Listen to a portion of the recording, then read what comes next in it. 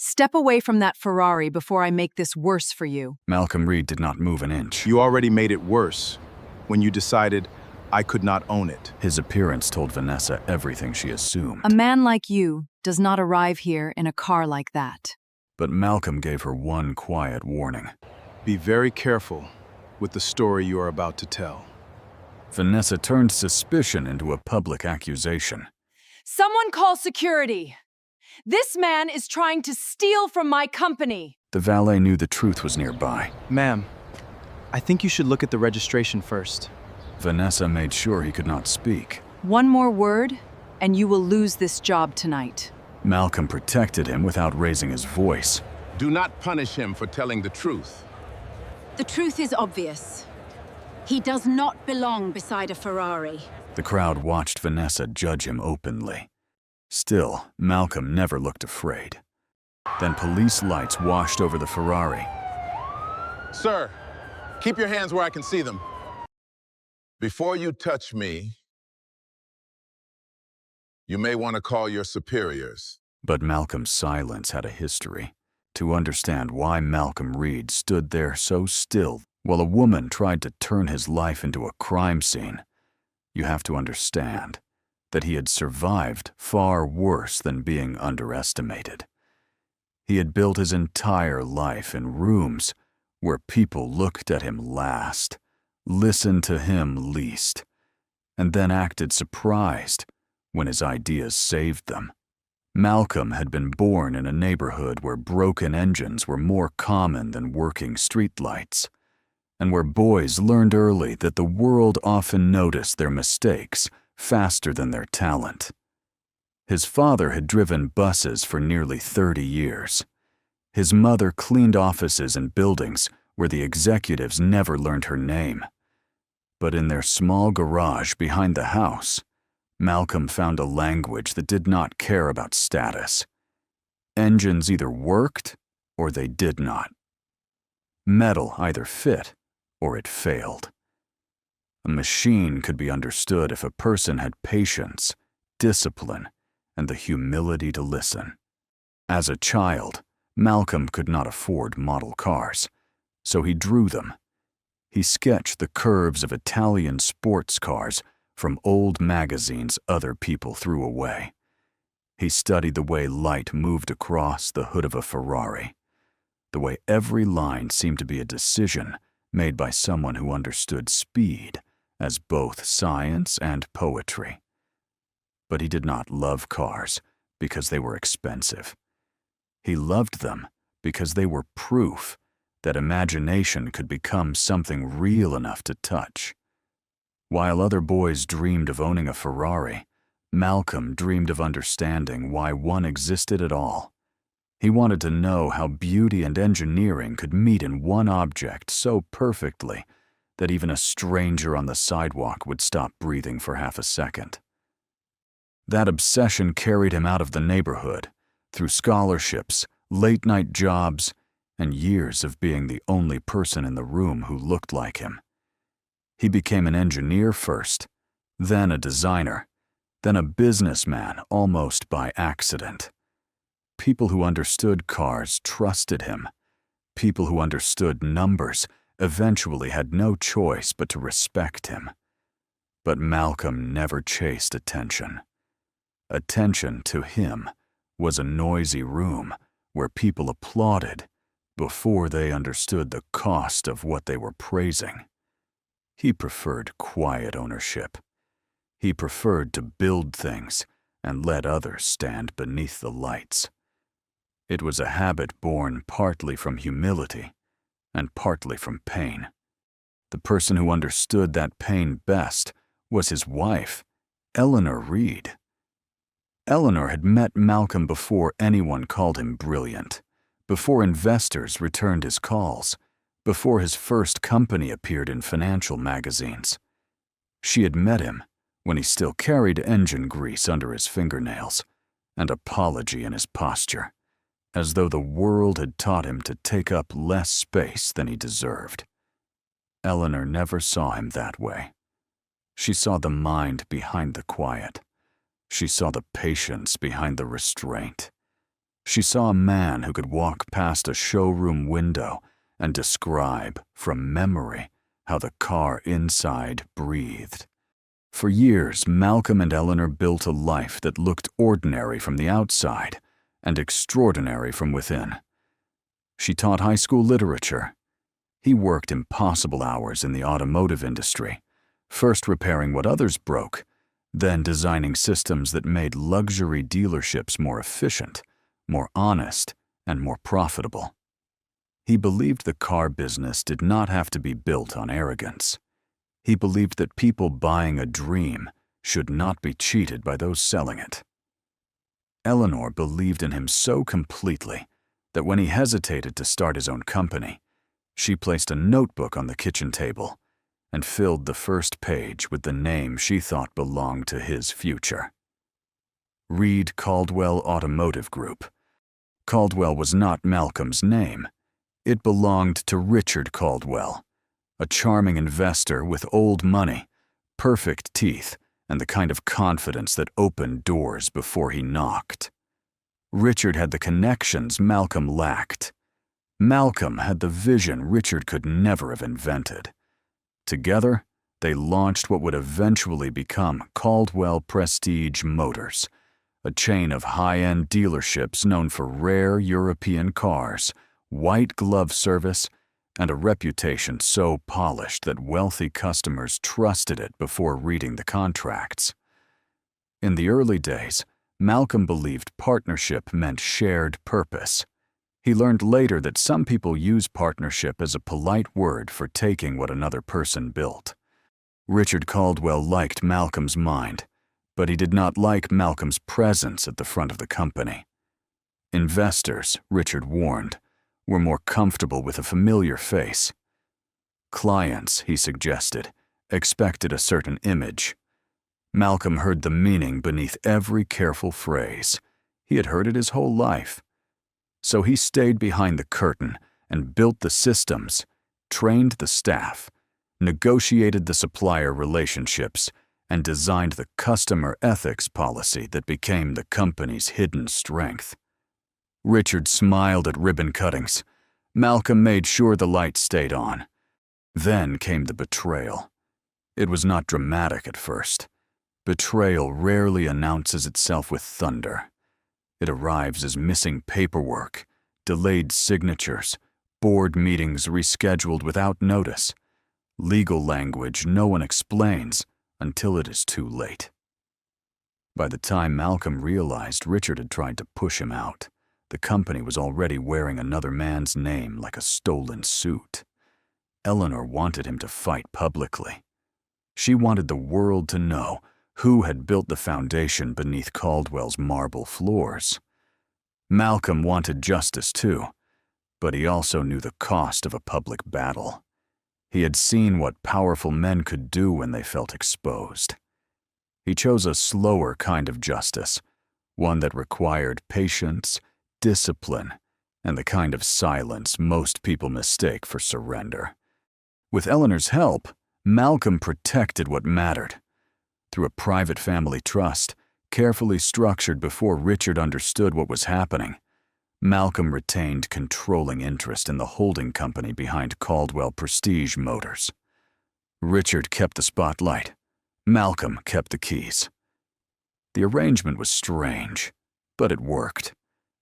Malcolm stepped away from the public face of the company and built a private investment firm that quietly rescued businesses, funded scholarships, and supported young mechanics who reminded him of the boy he used to be. Richard Caldwell enjoyed fame until illness and debt consumed the last years of his life. After his death, the Caldwell name remained, but the real power never sat where outsiders thought it did. Eleanor was the only person who knew how much that silence had cost him. She knew that every time Malcolm entered one of his own dealerships and watched employees fail to recognize him, a small part of him had to choose peace over pride. She also knew he was not weak. He was waiting. Not waiting for revenge exactly, but for the right moment to turn ownership into protection. She used to tell him that wealth was only meaningful when it defended people who had none. Malcolm carried those words long after Eleanor became ill, long after hospital rooms replaced business meetings, long after the woman who had believed in him before the world did left him with more money than he wanted, and one promise he could not forget. The Ferrari came from that promise. Years before Eleanor died, she and Malcolm had walked past a private collection after a charity dinner. Inside, under warm museum lights, was a deep red Ferrari, 812 super fast, elegant and aggressive, a machine that seemed to be moving even while parked. Eleanor had smiled at the way Malcolm stopped talking mid-sentence. She had known he was not seeing status. He was seeing childhood, survival, and design brought together in one impossible shape.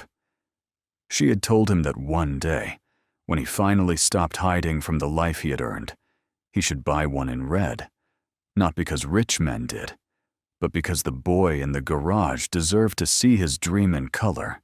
Malcolm did not buy it while she was alive. During her illness, extravagance felt obscene. After her funeral, it felt empty. But on the first anniversary of her passing, he purchased the Ferrari through the Eleanor Reed Memorial Trust, not as a trophy, but as a memorial. He had her initials engraved inside the cabin, where only someone looking closely would notice. He drove it rarely, and only on days connected to purpose. The car was not a toy. It was a reminder that grief could travel with beauty, and that promises made in love did not expire when a heartbeat stopped. The night of the Meridian Auto Museum Gala was one of those days. Caldwell Prestige Motors was sponsoring the event, at least publicly, but the real money came from the Eleanor Reed Memorial Trust. The gala was meant to launch a scholarship program for underprivileged students entering automotive engineering and technical training. Malcolm had insisted the program focus not on polished applicants with perfect resumes, but on young people who had learned from broken engines, family sacrifice, and necessity. He wanted the scholarship to find the version of himself the world had nearly missed. Vanessa Caldwell had other priorities.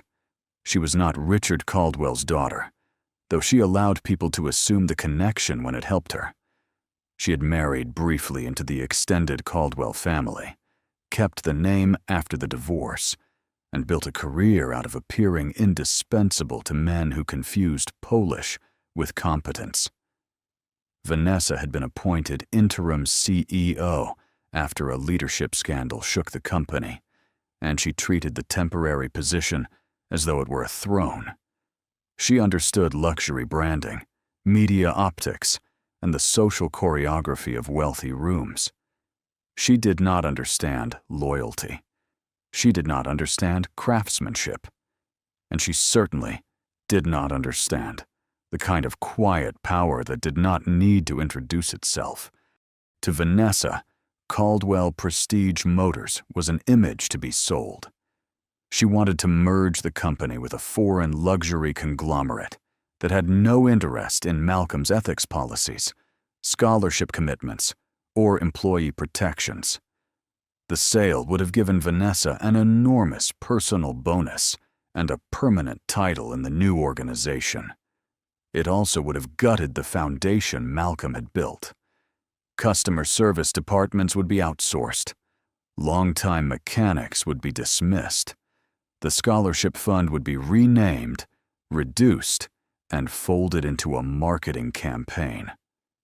Vanessa called it modernization. Malcolm saw it for what it was: extraction disguised as progress. For months, Malcolm had watched from a distance as reports crossed his desk. Customer complaints rose. Employees resigned. Warranty claims were delayed to improve quarterly numbers. A small transfer from the charity budget had been labeled as event preparation. then moved again through consulting fees. No single entry proved corruption by itself, but together they created a pattern. Malcolm had seen enough patterns in his life to know when a machine was beginning to fail. He did not rush. He asked his legal team to gather documents. He asked the board chair to observe quietly. And then he accepted the invitation to attend the Meridian Gala in person. He did not tell Vanessa he was coming. He did not ask for a reserved entrance. He did not request a security escort or a press announcement. He drove himself in the Ferrari because Eleanor would have laughed at the idea of him arriving in a chauffeured sedan to a scholarship created in her name. He wore a simple navy jacket, a white shirt, and the watch Eleanor had given him when their first company turned a profit. The watch was not flashy. Its value was sentimental, not obvious. That was how Malcolm preferred most things. At the museum, the evening was already glittering when he arrived. The building curved in glass and steel around a central hall filled with historic race cars, polished engines, and photographs of drivers who had risked everything for speed. Wealth moved through the room with practiced ease. Champagne glasses caught the light. Sponsors smiled for cameras. Young scholarship applicants stood near the edges, dressed in borrowed suits and careful dresses, trying not to look overwhelmed by a world that had rarely opened doors for them. Malcolm noticed them first. He always noticed the people standing at the edges. One of those young people was Jordan Ellis, a valet assigned to the front entrance for the evening. Jordan was 22, nervous, and trying hard to appear invisible. 3 years earlier, he had been one bad month away from dropping out of a technical training program when an anonymous grant paid his tuition balance. He never learned the donor's name, only that the grant came from a trust connected to automotive education. What Jordan did not know yet was that the man stepping out of the red Ferrari was the reason he had a uniform, a job, and a future still within reach. Jordan recognized the car before he recognized the man. Everyone did. The Ferrari seemed to gather attention as naturally as fire gathers heat. Malcolm handed over no performance, no boast, no demand for special treatment. He simply greeted Jordan with respect, asked whether the staff had been given a place to eat during the long event, and waited for the answer with the seriousness of someone who considered that question important. Jordan was so startled by the courtesy that it took him a moment to respond. Most guests treated valet workers as extensions of the curb. Malcolm treated him as a person whose comfort mattered. That small exchange might have passed unnoticed if Vanessa Caldwell had not been standing near the entrance, preparing for a photographer. She saw the Ferrari first, then Malcolm, then Jordan's uncertain expression. In the space of a few seconds, her mind arranged those details into the only story her prejudice could accept. The car was too rare. The man was too understated. The valet looked too nervous. And the gala was too important for her to risk embarrassment. Vanessa did not approach like a host welcoming a donor. She approached like a property owner finding a stranger near the silverware. Malcolm saw the change in her face before she spoke. He had seen it in boutiques, hotels, boardrooms, country clubs, and once in the lobby of a bank that held more of his money than the manager earned in a decade. It was the look of someone deciding that evidence was unnecessary because assumption felt more natural. Vanessa asked for proof before she asked for his name. She looked at his jacket, then at the Ferrari, then at the gathering crowd, as though she were protecting civilization from a clerical error. Malcolm could have ended the moment there. He could have given his full name, called the board chair, or let one of the wealthiest families in the city learn within seconds who he was. But he had not come to the gala to perform power. He had come to watch what Caldwell had become when it believed he was absent. So he did what he had done for most of his life. He stayed calm, offered the simplest truth, and watched carefully to see who would choose fairness when fairness was inconvenient. Vanessa failed that test almost immediately. Vanessa Caldwell had spent her career learning how to turn uncertainty into authority. She knew that in wealthy spaces, the person who sounded most offended often controlled the room. So when Malcolm Reed calmly explained that the Ferrari belonged to him, she treated his calmness not as evidence of innocence, but as arrogance. She insisted that the vehicle matched one recently serviced by Caldwell Prestige Motors, and because her company had sponsored the gala, she claimed a responsibility to protect its assets, its reputation, and its guests. The words sounded professional enough from a distance.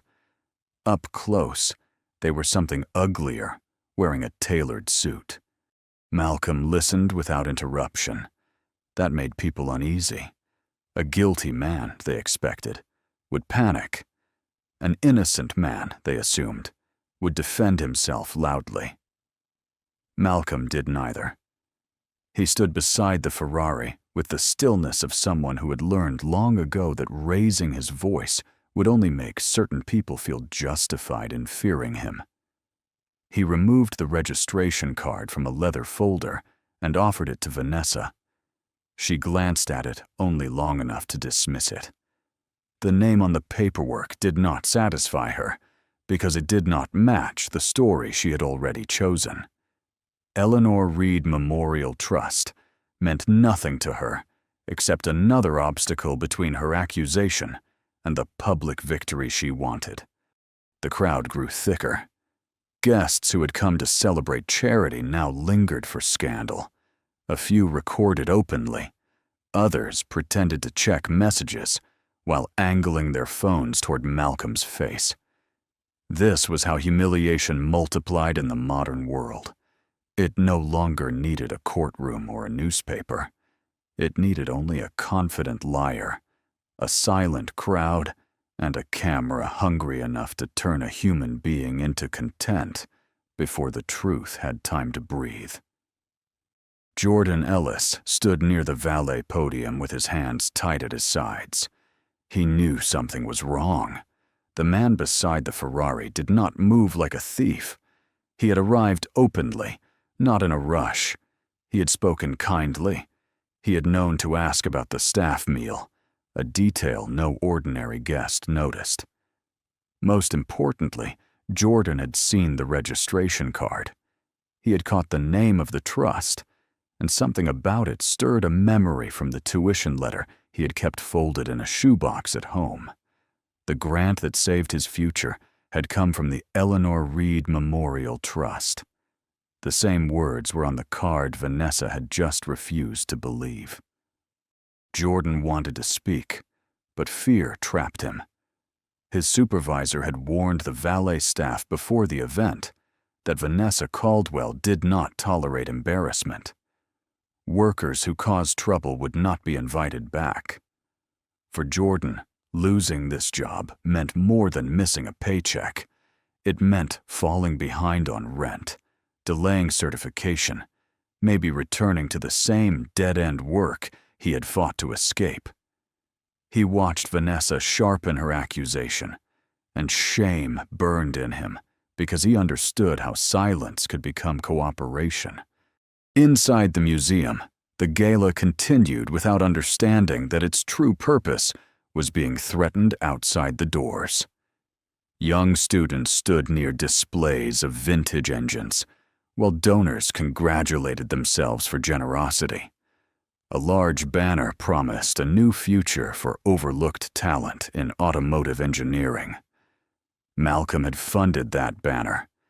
He had funded the scholarships, the mentorship program, and the equipment grants that would follow. Yet outside, The man whose money made the evening possible was being treated as the danger. Vanessa's suspicion quickly became performance. She reminded everyone within earshot that Caldwell Prestige Motors dealt in vehicles worth more than most homes and could not afford to ignore irregularities. She emphasized that the Ferrari was a rare model, that criminals often targeted events like this, and that responsible leadership required swift action. Every sentence made her sound less like a woman seeking truth and more like someone auditioning for applause. The fact that Malcolm remained composed only irritated her further. She needed him to look guilty. She needed fear in his eyes. She needed the crowd to see what she believed she saw. When museum security arrived, Vanessa did not present uncertainty. She presented conclusion.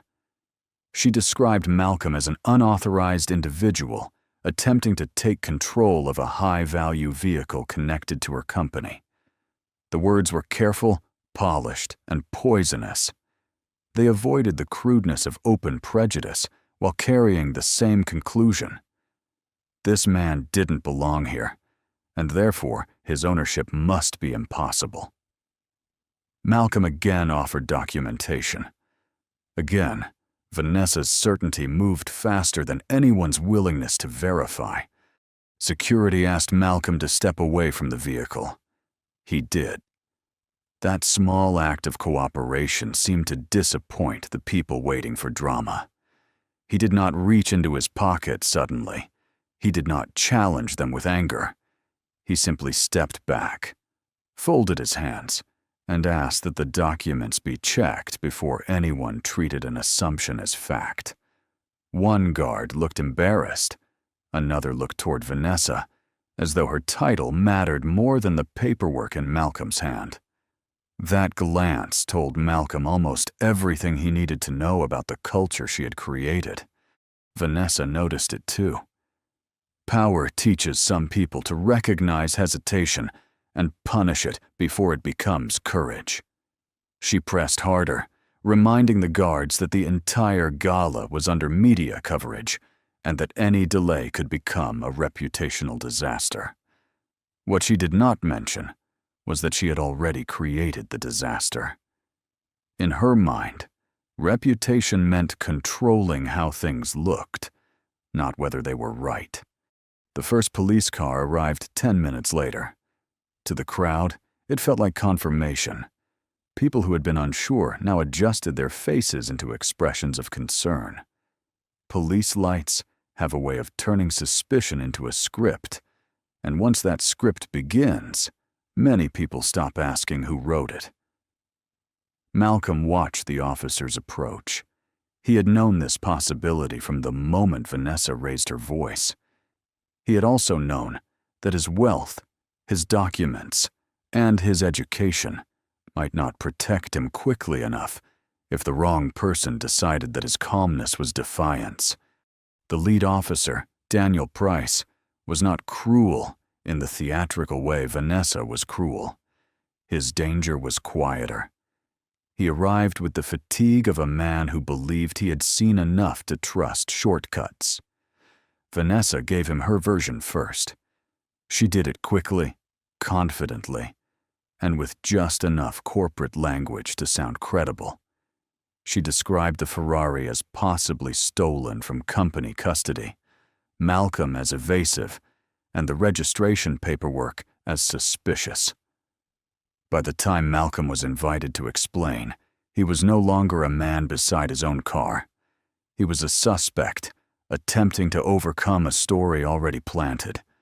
Malcolm handed over his identification and the registration card. Officer Price studied them, then studied Malcolm, then looked at Vanessa.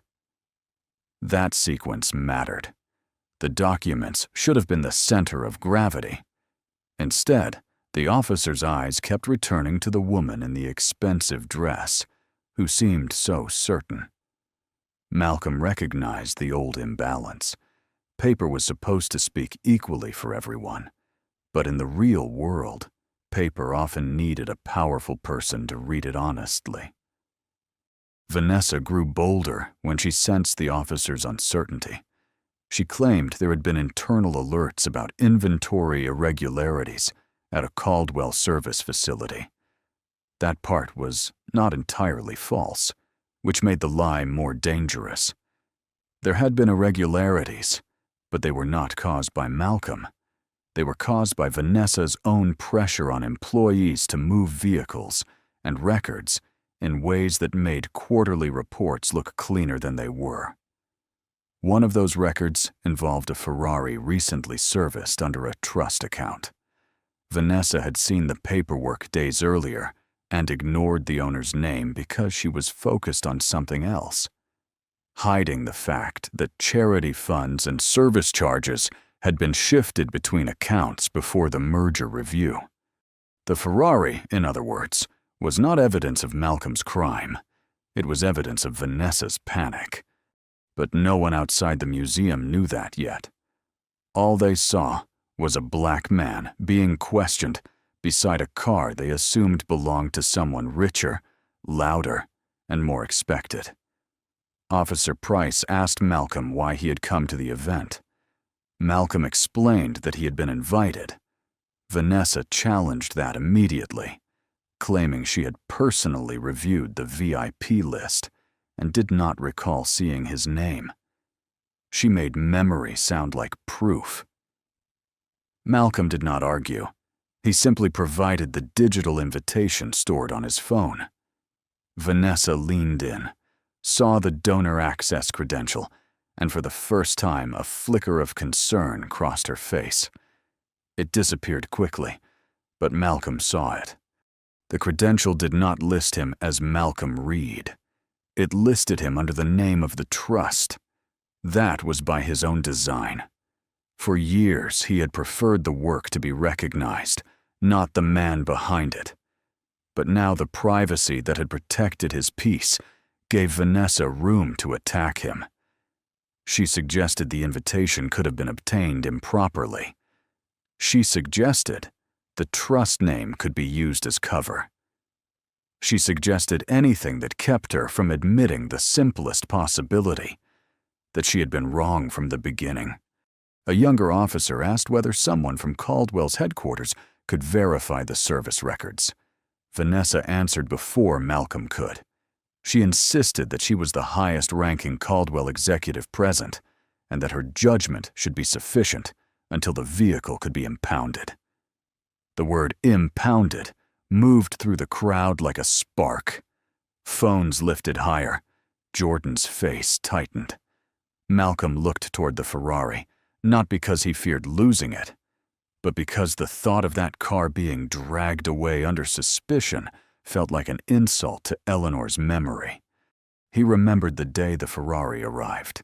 He had stood alone in the delivery room, while the dealer representative explained features Malcolm already understood better than he did. The car had gleamed beneath the lights, but Malcolm had not touched the steering wheel right away. He had placed his hand on the seat beside him, imagining Eleanor there, teasing him for pretending not to be emotional. He had whispered nothing aloud. He had only breathed through grief and gratitude until both became too large to separate.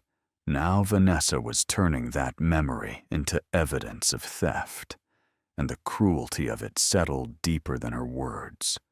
Still, Malcolm remained calm. Not because he felt nothing, but because he felt too much to waste it on spectacle. He asked Officer Price to contact the registration authority, the insurer, and the attorney listed on the trust documents. He also asked that the vehicle not be touched until its ownership was verified. The requests were reasonable. Vanessa treated them as manipulation. She accused him of trying to delay accountability and warned the officers that sophisticated thieves often used paperwork to confuse law enforcement. That phrase pleased her. It made prejudice sound like expertise. The situation might have turned then if Jordan had found his courage sooner. He stepped forward halfway, then stopped when Vanessa's assistant, a thin man named Miles Voss, moved beside him and quietly reminded him that temporary staff were replaceable. Miles did not need to raise his voice. Fear does not require volume when the power imbalance is clear. Jordan swallowed what he knew and stepped back. Malcolm saw the exchange. He did not blame the young man. He had once been young enough to know how expensive courage could be. Inside the museum, the gala program was nearing the scholarship announcement. Vanessa was supposed to appear on stage in 15 minutes. She knew that if Malcolm was still outside, if police were still questioning him, if guests kept filming, the evening would become impossible to control. So she made the choice that revealed her more clearly than anything she had said. She urged the officers to remove him from the entrance before donors became uncomfortable. Not before the truth was verified. Not before paperwork was checked. Before donors became uncomfortable. That was the moment Malcolm understood that Vanessa had to be removed from Caldwell, not merely corrected. A person who valued donor comfort over human dignity could not be trusted with a scholarship fund built for overlooked students. A leader who saw humiliation as a branding problem could not protect employees who lacked power. Malcolm had come to observe. Vanessa had given him the answer. Officer Price asked Malcolm to place his hands where they could be seen while they sorted things out. The request was framed as procedure, but procedure can feel very different, depending on whose body carries the risk. The crowd grew silent in the way crowds do when they know something wrong is happening, but want permission from authority before admitting it. Malcolm complied. He could feel dozens of eyes on him. He could feel Eleanor's initials inside the car behind him. He could feel old memories rising. The bank lobby, the hotel elevator, the showroom where a salesman once assumed he was the driver for someone else. Each memory carried the same message. Prove you belong. Prove you are not a threat. Prove you own what you built. Then Jordan finally moved. He did not shout. He did not make a grand speech. He stepped toward Officer Price with his hands trembling and explained that he had seen the registration card, that the trust name matched the scholarship donor materials, and that Malcolm had arrived as an invited guest. His voice shook, but truth does not need to be fearless to matter. Vanessa turned on him instantly. She accused him of interfering in a police matter and warned that his employment would be reviewed. The threat landed exactly where she aimed it. Jordan went pale, but he did not step back this time. That small act changed the air. One of the younger scholarship applicants inside the museum noticed the commotion through the glass. Then another. Soon, several students moved toward the entrance, drawn not by gossip, but by the uneasy recognition that the man outside looked more like their fathers, uncles, neighbors, and future selves than anyone on the gala stage. They had come to be celebrated by a company claiming to believe in overlooked talent.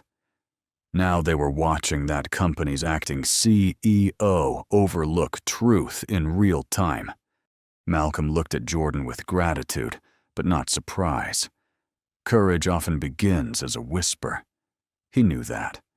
He also knew Vanessa would punish the young man if she survived the night with power intact. So Malcolm made one final request, this time not to the officer, but to the process itself. He asked that his attorney be contacted immediately and that the board chair of Caldwell Prestige Motors be informed that the trust's representative was being detained at the entrance of the event, funded by that same trust. Vanessa laughed at the phrase trust's representative, not loudly, but with enough contempt for those closest to hear. She thought Malcolm was dressing himself in legal language to escape consequence. She did not understand that he had just given her one last chance to pause before stepping over the edge. Officer Price, still unsure but increasingly aware that the situation was more complicated than Vanessa had claimed, allowed Malcolm to make a call. Malcolm did not call a friend to rescue him emotionally. He called Amina Pierce, the attorney who had protected his interests for 15 years and who had warned him that Vanessa Caldwell's ambition had finally become dangerous. He gave her only a few calm details: the museum entrance, the Ferrari, the attempted impound, the presence of police, and Vanessa's refusal to verify ownership. Amina did not need more. She had been waiting for the machine to expose its broken part.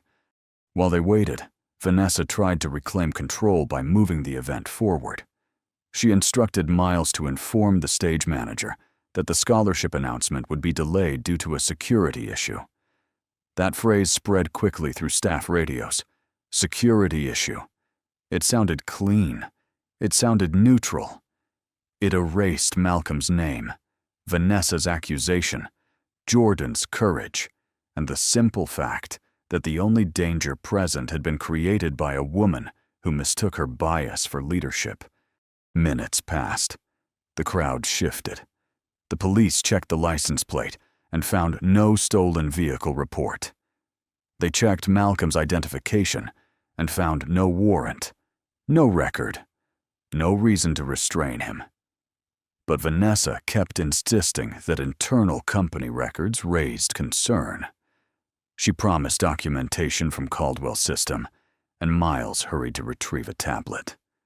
When he returned, the record he showed listed the Ferrari as pending corporate hold. It looked official enough to confuse the officers. It was also false, altered that afternoon by someone using executive access.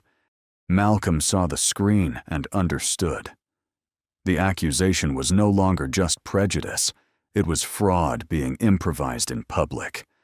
For the first time that evening, his expression changed.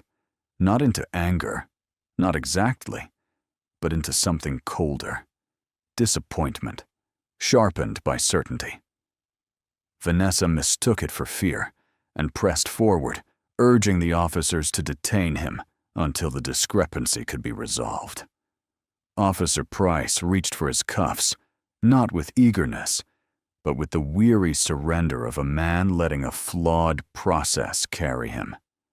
Jordan stepped forward again, but a security guard blocked him. Several guests began recording closer. Vanessa's eyes brightened with victory. And in that suspended moment, as Malcolm Reed stood beside the Ferrari that carried his wife's initials, with one officer preparing to turn assumption into restraint, the glass doors of the museum opened behind the crowd.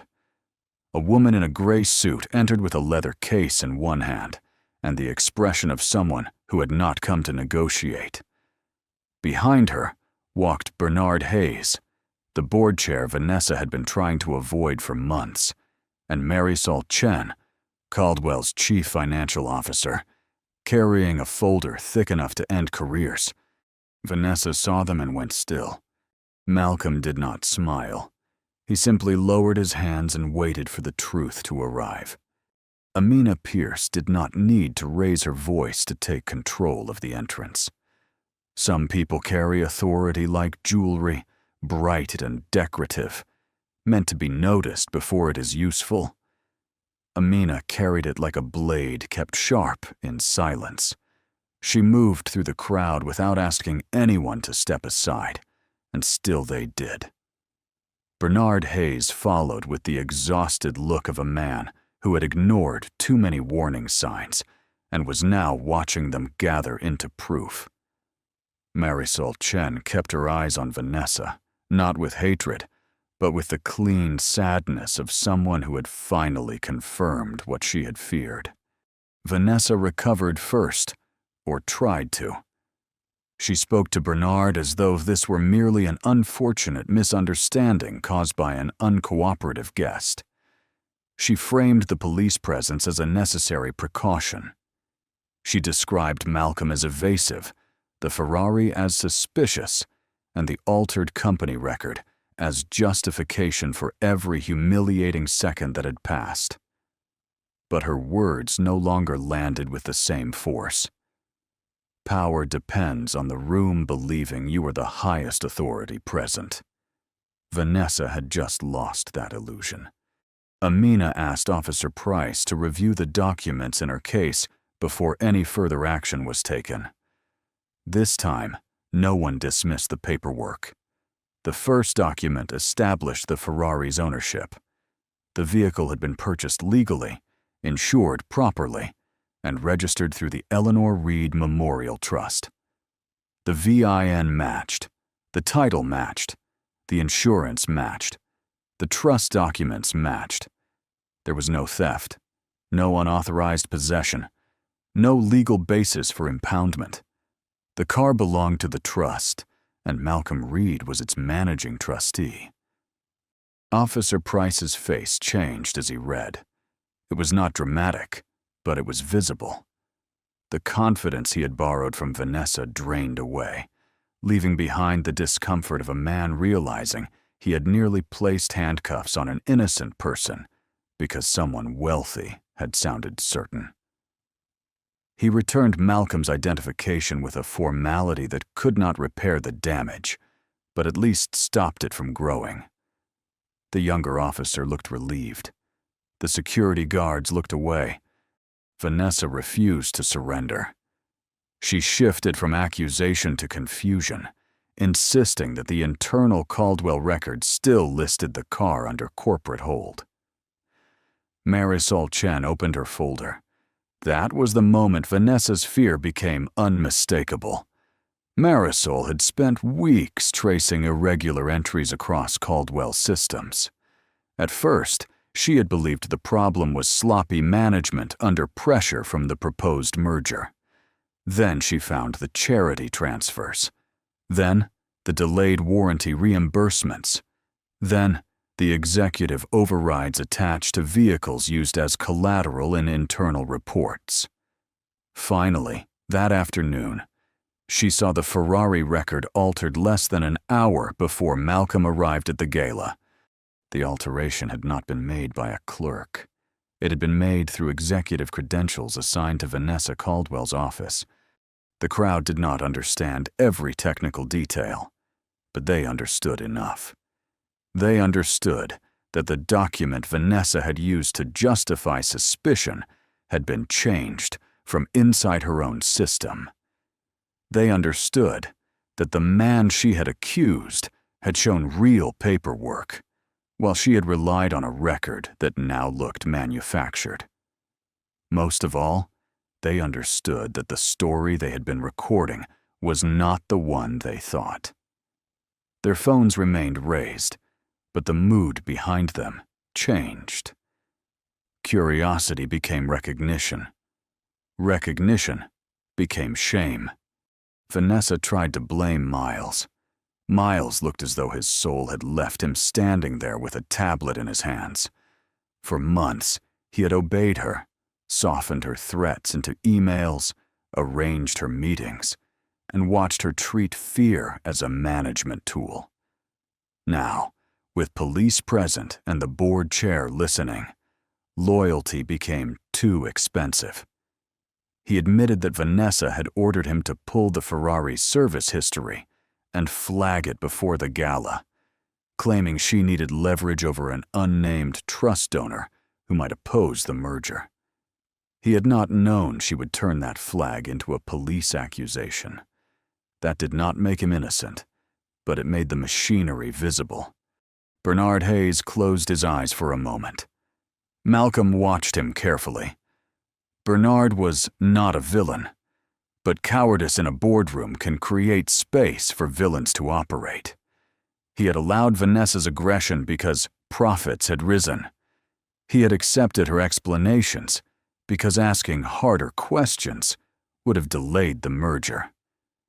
He had told himself that leadership sometimes required sharp edges.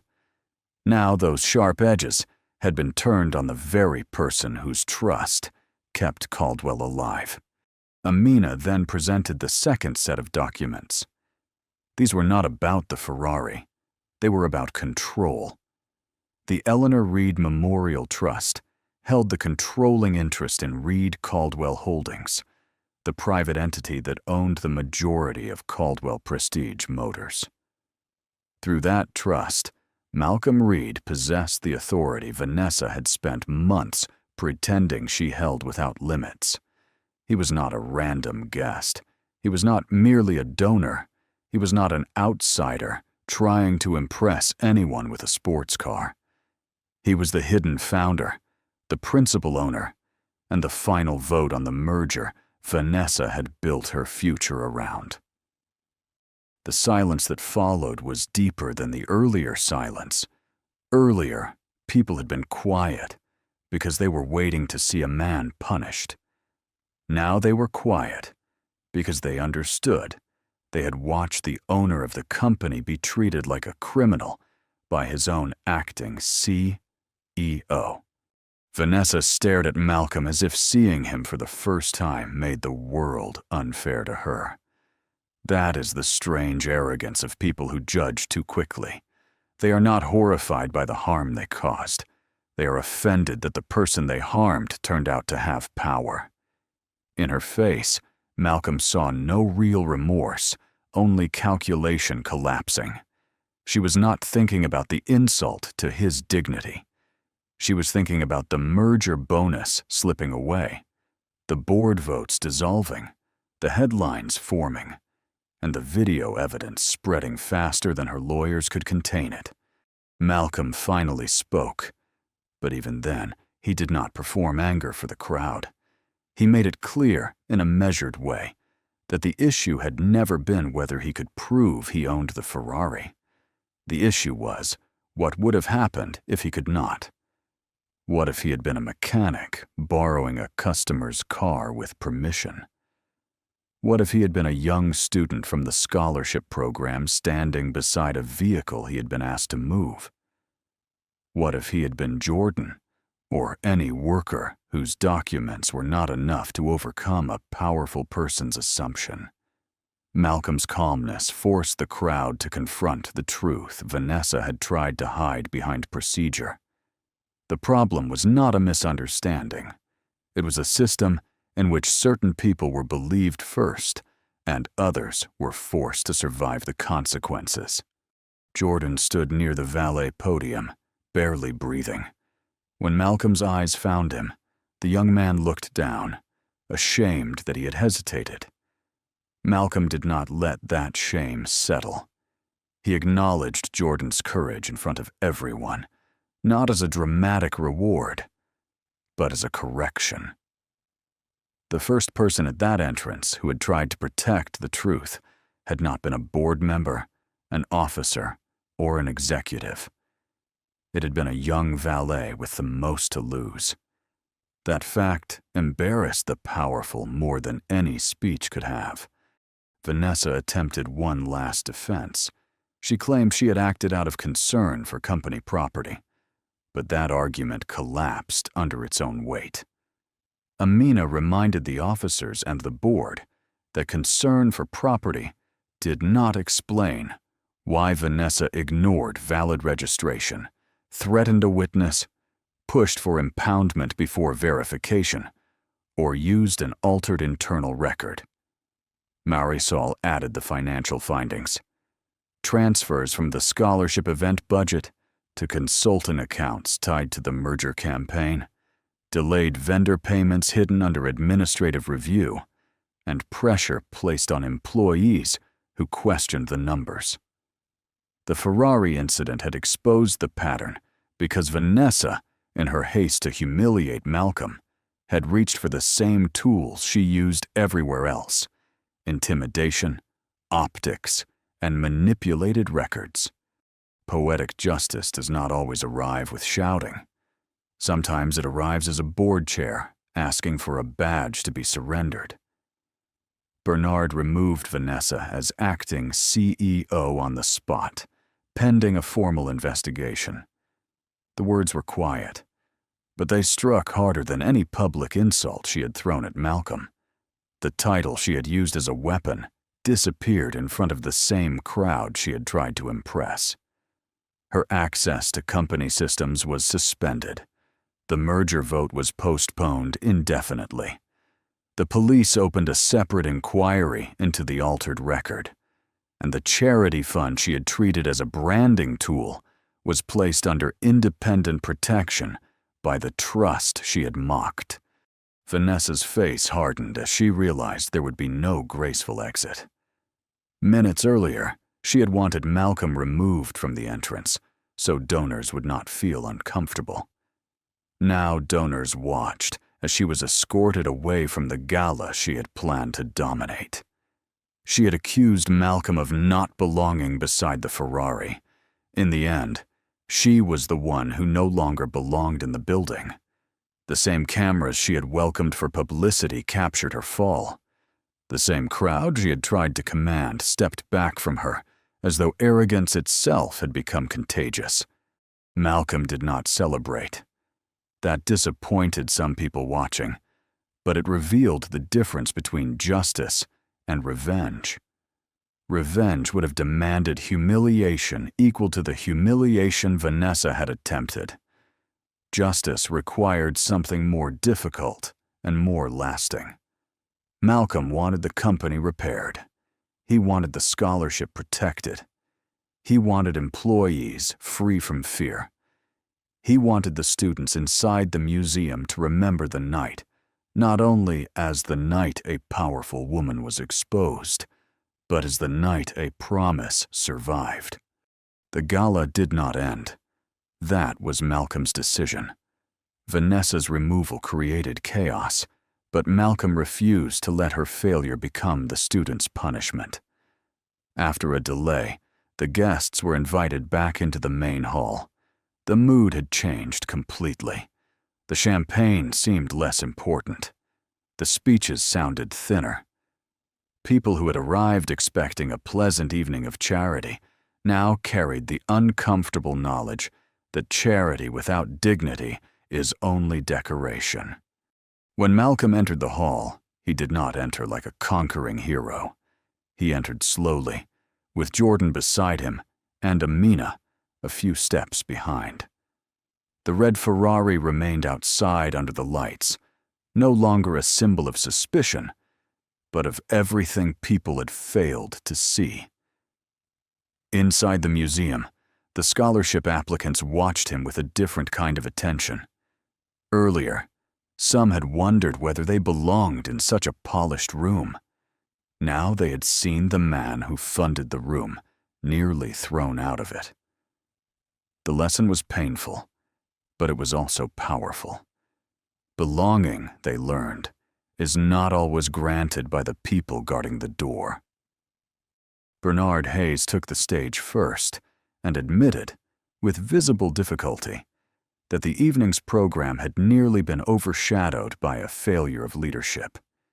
He did not reveal every legal detail, but he acknowledged enough for the room to understand that an apology was owed. Then Malcolm was introduced properly, not as a mysterious donor, not as a trust representative, but as the founder whose principles had shaped Caldwell before ambition distorted them. Some guests applauded too quickly, eager to move from discomfort to redemption. Malcolm let the applause fade before the room could use it to absolve itself. He did not give them the speech they expected. He did not describe his net worth. He did not tell a triumphant story about proving people wrong. Instead, he spoke about Eleanor. He spoke about a woman who believed talent often lives where opportunity refuses to look. He spoke about young mechanics who learn precision from necessity, about students who work night shifts before morning classes, about parents who sacrifice quietly so their children can build something better. He made the room understand that the scholarship was not a public relations gesture. It was a debt paid forward. As he spoke, the meaning of the Ferrari changed again. It was no longer merely a luxury car, or even evidence in a public accusation. It became part of a love story. Malcolm explained, without turning grief into spectacle, that the car carried Eleanor's initials because she had taught him to honor the dreams he once felt embarrassed to admit. She had believed that a boy from a forgotten garage could one day own beauty without apologizing for it. The room grew still, not with scandal this time, but with tenderness. Even those who had recorded his humiliation lowered their phones. The scholarship recipients were announced one by one. Jordan was not on the original list because he had already received support through the technical grant program years earlier. But by the end of the evening, Malcolm expanded the initiative. A new fellowship would be created for working students already inside the automotive industry, young people balancing jobs, training, and family obligations. Jordan would become its first mentor trainee, with full tuition support, paid certification leave, and a permanent position in Caldwell's technical development program if he chose it. The announcement was not charity tossed at him for good behavior. It was recognition of what courage had revealed.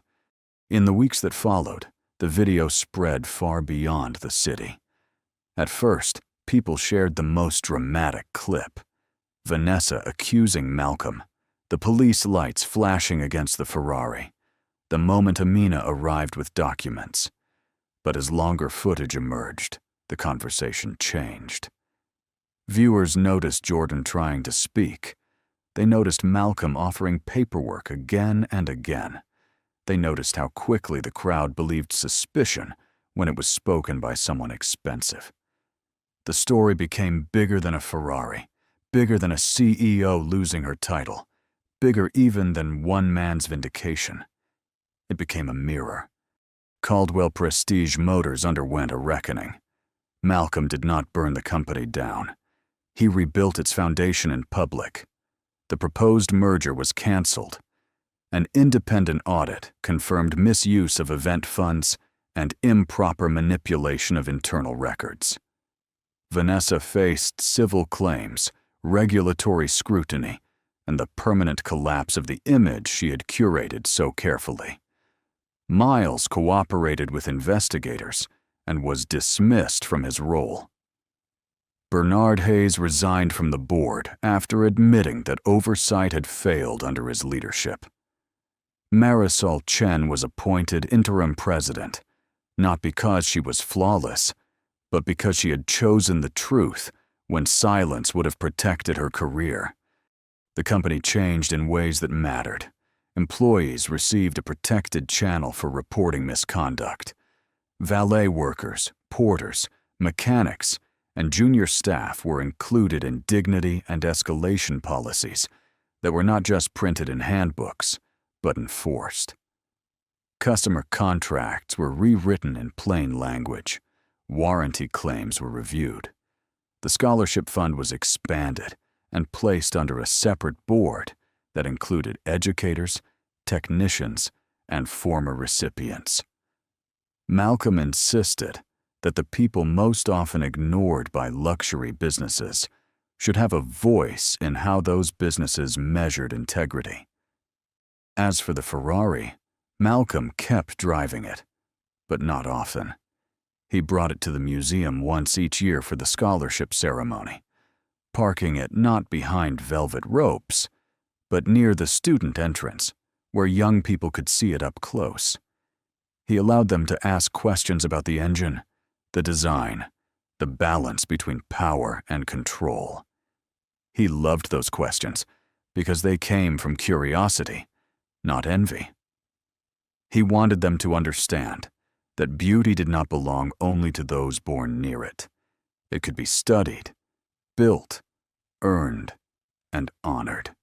1 year after the incident, a small plaque was installed at the Meridian Auto Museum beside the scholarship wall. It bore Eleanor Reed's name, Malcolm Reed's name, and a sentence simple enough to be remembered by everyone who passed it. It said, that dignity is the first door opportunity must open. Malcolm stood before that plaque for a long time after the ceremony ended. No cameras surrounded him then. No crowd demanded a reaction. Jordan, now wearing a technician's jacket instead of a valet uniform, stood nearby and said nothing, because some moments are too full for speech. Malcolm thought about the night Vanessa tried to reduce him to a suspect beside his own car. He thought about the officers, the crowd, the phones, the silence. He thought about how close the truth had come to being delayed by confidence, title, and assumption. He knew that his wealth had helped protect him. His attorney had arrived. His documents had been recognized. His ownership had been too large to ignore. But he also knew that many people never get that kind of rescue. Their truth is smaller on paper, easier to dismiss, and less profitable for strangers to defend. That knowledge kept him humble. It also kept him working. Vanessa eventually faded from headlines, though consequences followed her longer than attention did. She tried to rebuild her reputation through carefully worded statements about stress, misunderstanding, and procedural confusion. But the public had seen too much. More importantly, investigators had seen enough. The world she had built out of image could not survive contact with evidence. For a woman who had valued reputation above character, the punishment was brutally fitting. She had spent years polishing a name while neglecting the truth beneath it. In the end, the name tarnished exactly where the truth had been ignored. Malcolm never said he forgave her publicly. He also never let bitterness become his legacy. Eleanor had taught him that justice should protect the future, not merely punish the past. So he chose to build. He built scholarships. He built protections. He built a company where a young worker could challenge an executive without risking everything. He built the kind of door he wished had opened more easily when he was young. And the red Ferrari remained what it had always been, no matter what Vanessa tried to make it. Not proof of arrogance, not an invitation to envy, not a symbol that one man had become better than anyone else. It was a promise kept. It was a reminder that a boy who once fixed engines under weak garage lights had lived long enough to honor the woman who believed in him. It was also a warning to anyone who judged ownership by appearance, intelligence by accent, dignity by clothing, or worth by the comfort of their assumptions. Because sometimes the quiet man beside the car is not lost. Sometimes he is not lucky. Sometimes he's not trying to impress anyone at all. Sometimes he is the one who built the road, paid for the lights, opened the doors, and still waits patiently to see who will treat him with respect before they know his name. So the next time you see someone standing where you do not expect them to stand, pause before you turn your assumption into a sentence over their life. The truth does not become smaller because it arrives quietly. Dignity does not disappear because someone powerful refuses to recognize it. And kindness, when protected by courage, can outlast arrogance every single time. If this story reminded you that no one should have to prove their humanity before being treated with respect, leave a like. Share it with someone who needs the reminder. And tell us in the comments whether you think Malcolm gave Vanessa exactly the justice she deserved. By the time Eleanor May Carter entered the school gymnasium, the parents had already decided she was guilty. Everyone here deserves to see who was responsible.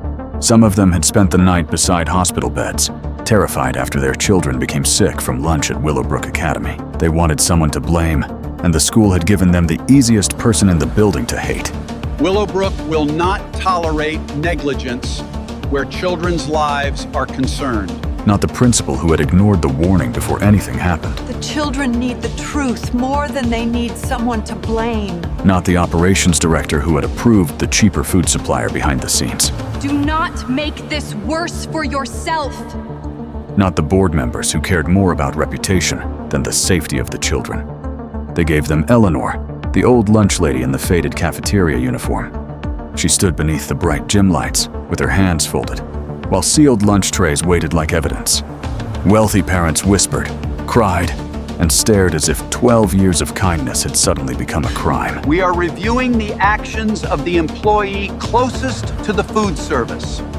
But earlier that day, Eleanor had seen something wrong in the cafeteria before anyone else understood the danger. Please bring the school nurse here now. In her pocket was a small notebook filled with names, allergies, symptoms, and the exact times everything began. It was not the notebook of a careless cafeteria worker. It was the notebook of a nurse, and she had saved them. Before this ends, you will know who really protected them.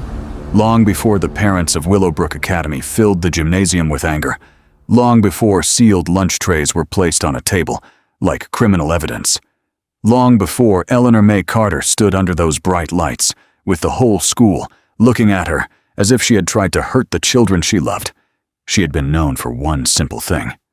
She remembered every child. Not in the way teachers remembered grades, or administrators remembered tuition records, or board members remembered last names attached to donations. Eleanor remembered the details that did not appear in glossy school brochures. She remembered which first grader needed his sandwich cut smaller, because he still panicked when food felt too large in his mouth. She remembered which little girl pretended not to like apples because her loose tooth made them hurt. She remembered which boy from the scholarship program came through the lunch line smiling too brightly on Mondays, because weekends in his house did not always include enough food. She remembered allergies, fears, quiet embarrassments, missing lunch cards, and the children who stood at the back of the line pretending they were not hungry because pride was sometimes the only thing a child owned. To most people at Willowbrook, she was just the lunch lady. That was what they called her when they were being polite. When they were not being polite, they called her the old woman in the cafeteria, the one with the faded apron, the cheap shoes, and the hands that moved too slowly during rush hour. Some parents did not know her name at all. They only knew that she stood behind the serving counter with a hairnet, a ladle, and a face that seemed to belong to a different world than the one Willowbrook sold to the public. Willowbrook Academy was the kind of school that never described itself as rich, because rich schools preferred words like distinguished, selective, historic, and exceptional. Its main building had tall windows, polished floors, and a stone entrance where prospective families paused for photographs. The admissions office smelled like fresh flowers and expensive coffee. The walls were covered with framed college acceptance letters, championship banners, and carefully staged pictures of smiling children in clean uniforms. Every year, the school printed a brochure promising that Willowbrook did not simply educate students, it formed future leaders. But Eleanor knew what every old building knew. A place could shine in the front and rot quietly in the back. The cafeteria was not in the brochure. It sat behind the arts wing, past a hallway where the paint had begun to peel near the baseboards, and the heating vents rattled every winter. The kitchen had old ovens, chipped tiles, a walk-in refrigerator that hummed too loudly, and a loading door where suppliers dropped off crates before sunrise. It was not beautiful, but Eleanor treated it like a place that mattered. She wiped the counters twice when once would have been enough. She checked expiration dates, even when the delivery men rolled their eyes. She kept a small notebook in the pocket of her apron and wrote down things no one had asked her to track. To the school, that notebook looked like a habit. To Eleanor, it was protection. There were names inside it, dozens of them, written in careful blue ink. Children with peanut allergies. Children who could not have dairy. Children who had asthma. Children whose parents forgot to update medical forms. Children who became dizzy if they skipped breakfast. Children who needed to sit after running. Children who hid medication in backpacks because they were embarrassed to go to the nurse's office. Eleanor kept the notebook because she knew paperwork could be late, systems could fail, and adults could be careless when no one forced them to look closely. She had learned that lesson in another life. Before Willowbrook, before the cafeteria uniform, before parents looked past her as if she were part of the furniture. Eleanor had worn scrubs under brighter lights than any school gymnasium. She had spent 27 years as an emergency nurse at St. Agnes Medical Center, where time was measured in heartbeats and mistakes did not wait for committee meetings. She had known the sound of a child struggling to breathe before a monitor confirmed it. She had known when a mother's calm voice was hiding terror. She had known how quickly a normal afternoon could become the worst day of a family's life. She had been good at it. Not famous. Nurses rarely were. But the doctors trusted her eyes, and younger nurses learned to watch her hands. Eleanor could enter a room and sense what was wrong before the chart had fully loaded. She noticed color, breath, sweat, posture, pupils, panic. She knew when someone was pretending to be fine, and when someone did not have the strength to pretend anymore. For years, she saved lives without speeches, without applause, and without anyone outside the hospital knowing her name. Then one winter night changed the shape of her forever. A little boy had come into the emergency room too late. He had been quiet, too quiet, the way very sick children sometimes were.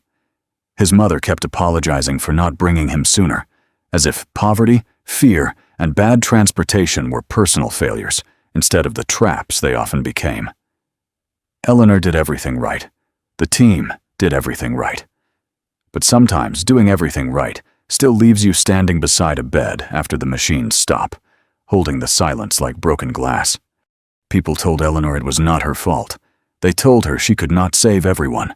They told her experience would help her survive grief. They were wrong about that last part. Experience did not make grief smaller.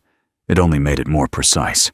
After that night, Eleanor found that she could still do the work, but she could no longer leave the hospital without hearing the mother's apology in her head. She could no longer pass a child in the grocery store without checking the color of his lips. She could no longer sleep through a siren. Eventually, she retired earlier than anyone expected, not because she had stopped caring, but because she had cared so deeply for so long that something inside her had worn thin. Willowbrook was supposed to be quieter. That was what she told herself when she took the cafeteria job. Children eating lunch, trays sliding across counters, fruit cups, soup, pasta, warm rolls, milk cartons. No trauma bay, no alarms, no doctors calling for equipment, no mothers praying in hallways, just ordinary care, the kind no one noticed unless it disappeared. And for a while, that was enough. The children noticed her before the adults did. Children often have a sharper eye for kindness than grown people. They noticed that Eleanor never made them feel ashamed if their lunch account was low. They noticed she placed extra crackers on the trays of children who looked tired. They noticed that if someone dropped food and looked ready to cry, Eleanor would quietly replace it before anyone could laugh. They noticed that she never called attention to the students who needed free meals. At Willowbrook, where some children arrived in cars that cost more than Eleanor's house, dignity was not a small gift. It was survival. But the adults saw something else. They saw an older woman with no degree hanging on the cafeteria wall. They saw a uniform instead of a history.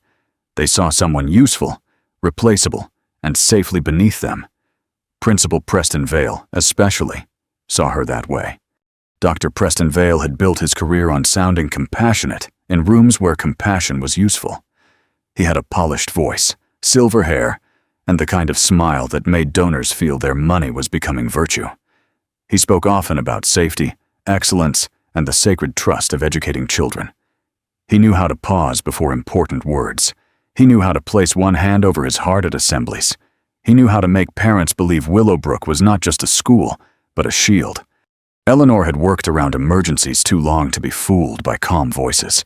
She had seen men like Preston Vale in hospitals, not the cruel kind who shouted, the worst kind, the kind who spoke softly while moving blame away from themselves, the kind who never dirtied their hands, yet somehow always stood far from the consequences. Still, Eleanor kept her distance. She was not there to challenge him. She was there to feed children. The real trouble began when Willowbrook changed food suppliers. For years, the cafeteria had used a local family company. The produce was not perfect, but it was clean, familiar, and delivered by people who answered questions directly. Eleanor knew the delivery drivers. She knew which crates came from which farms. She knew what the lettuce should smell like when it was fresh, and what chicken looked like when it had been rushed through a bad cooler. It was not a glamorous system, but it worked because the people inside it cared enough to be embarrassed when something went wrong. Then Marissa Lang arrived. Marissa was Willowbrook's new director of operations, hired to modernize the school's internal systems, which was the kind of phrase that often meant cutting costs without saying cutting costs. She was young, sharp, and always dressed as if she expected to be photographed near a ribbon-cutting ceremony. She carried a tablet everywhere and spoke about efficiency as if it were a moral virtue. Within 3 months, she had replaced the old supplier with a regional food distributor that offered lower prices, cleaner invoices, and brochures full of smiling farms that Eleanor had never heard of. Eleanor asked questions the first morning the new delivery arrived. No one thanked her for it. The crates looked right at a glance. The labels were neat. The boxes were stacked properly. The delivery sheet was clean. But Eleanor had learned long ago that danger often entered a room looking organized. She noticed condensation where it should not have been. She noticed one container of pre-cut fruit smelled faintly sour beneath the sweetness. She noticed sealed bags of greens that looked too wet inside, as if they had been washed, sealed, warmed, and chilled again. Most people would have missed it. Most people were allowed to miss it. Eleanor was not. She told Marissa the produce needed to be inspected before serving. Marissa did not listen with her ears. She listened with her title. She reminded Eleanor, in that smooth administrative way, that the supplier had already passed the required checks. She explained that the school could not delay lunch service because an employee had an uncomfortable feeling about sealed food. She suggested that perhaps Eleanor was struggling with new procedures and should allow trained operations staff to handle vendor compliance. It was a polite way of telling her to stay behind the counter. Eleanor did not argue loudly. Loudness had never been her way. But from that day forward, she wrote more in her notebook. Delivery times, lot numbers when she could see them, temperature readings from the cafeteria thermometer, children who complained about stomach aches after certain meals, food that arrived too close to expiration, containers that looked wrong, patterns too small for administrators to care about, and too large for Eleanor to ignore. She brought the concerns to the school nurse first. The nurse was kind, but overwhelmed, responsible for hundreds of students, medication forms, scraped knees, headaches, panic attacks, and parents who believed every sneeze deserved an immediate phone call. She promised to mention it to administration. Eleanor knew from the way she lowered her voice that the promise was sincere and probably useless. Then Eleanor wrote a memo. She did not use dramatic language. She knew better. Dramatic language made people defensive.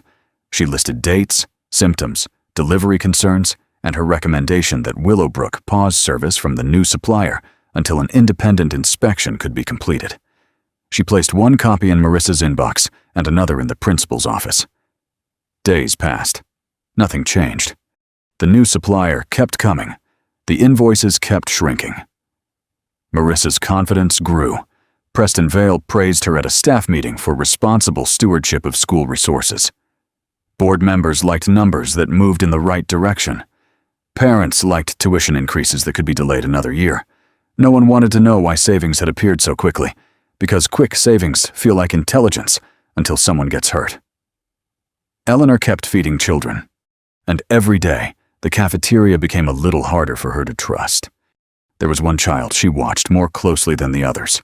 His name was Caleb Morrison, a 7-year-old with round glasses, restless hands, and a peanut allergy severe enough that Eleanor had written his name on the first page of her notebook and underlined it twice. Caleb was the kind of child who apologized when other people bumped into him. He came through the lunch line with careful politeness, always thanking Eleanor, as if she had prepared the food just for him. His mother, Hannah Morrison, was a nurse's aide at a senior home and one of the few parents who knew Eleanor's name.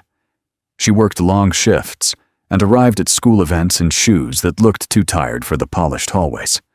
Willowbrook liked scholarship families and photographs, but in real life, people like Hannah were often made to feel grateful for standing in spaces their children had earned. Eleanor understood that feeling.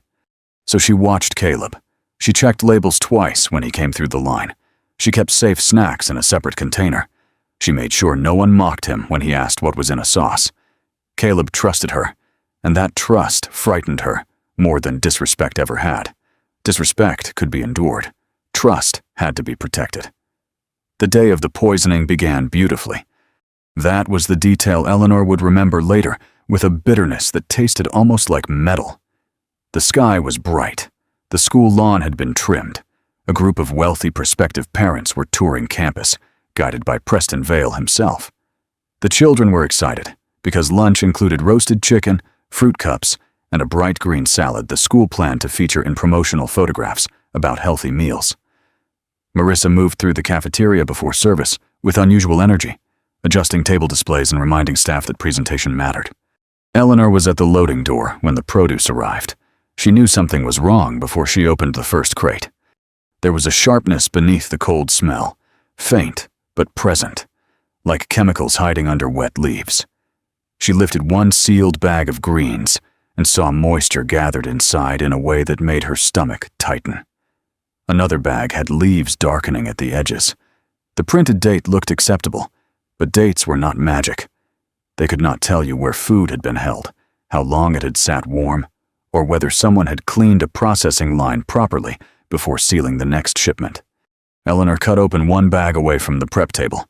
The smell rose stronger. Not rotten exactly. Worse, clean in the wrong way. Artificial. Chemical. The kind of smell that made the old nurse inside her stand up straight. Before the cafeteria worker could talk herself into calm, she told the kitchen staff not to serve the salad. Some listened immediately because they knew Eleanor did not panic. Others froze, looking toward Marissa, because at Willowbrook, authority did not always belong to the person who knew what she was doing. Marissa arrived within minutes, irritated by the delay, and found Eleanor standing between the prep table and the trays, as if her body could become a rule no one else had the courage to write. Eleanor explained what she had found. She asked that the greens be pulled and the supplier contacted. She asked for the nurse to be alerted, not because children were sick yet, but because prevention was always quieter than rescue. Marissa saw only disruption. There were guests on campus. There were parents touring the cafeteria. There were board members coming through in less than an hour. The healthy lunch program was part of that day's presentation. A missing salad would raise questions. Questions would lead to explanations. Explanations would lead to Marissa's supplier contract. And the one thing people like Marissa feared more than danger was inconvenience that pointed upward. So the salad stayed. Not all of it. Eleanor managed to keep several trays back. She quietly removed portions from the line whenever she could. She warned 2 staff members to watch for stomach pain, dizziness, rash, or breathing trouble. She slipped safe fruit to Caleb instead of the prepared cup from the new delivery. But a cafeteria is not a battlefield one person can control forever. Lunch service moved quickly. Children laughed, trays slid forward, teachers hurried them along, and the adults who should have stopped everything chose not to see the old woman trying to hold back a tide with her hands. The first child became sick before the lunch period ended. A little girl near the 3rd grade table put her head down and said her stomach hurt. A teacher assumed she had eaten too fast. Then another child began sweating. Then a boy near the window vomited into his lap and started crying from embarrassment before fear caught up with him. Eleanor heard the change in the room before anyone named it. The pitch of children's voices shifted. The air tightened. Chairs scraped. A teacher called for the nurse. Then Caleb Morrison began to wheeze. That sound cut through Eleanor like a blade sharpened years ago. She moved before anyone told her to. The lunch line, the uniforms, the years away from the hospital, the way people underestimated her, all of it fell away. What remained was training, memory, and the terrible clarity of a child who could not breathe. She reached Caleb before the teacher beside him understood the danger. She knew where his emergency medication was supposed to be. She knew the difference between panic and an airway closing. She knew to keep him upright, to watch his lips, to keep the crowd back, to make someone call emergency services with specific words instead of useless panic. And while everyone else saw chaos, Eleanor saw categories. The children with stomach symptoms, the children with rash, the children with breathing trouble, the ones who had eaten salad, the ones who had only taken fruit, the ones who needed immediate transport, the ones who could wait under observation.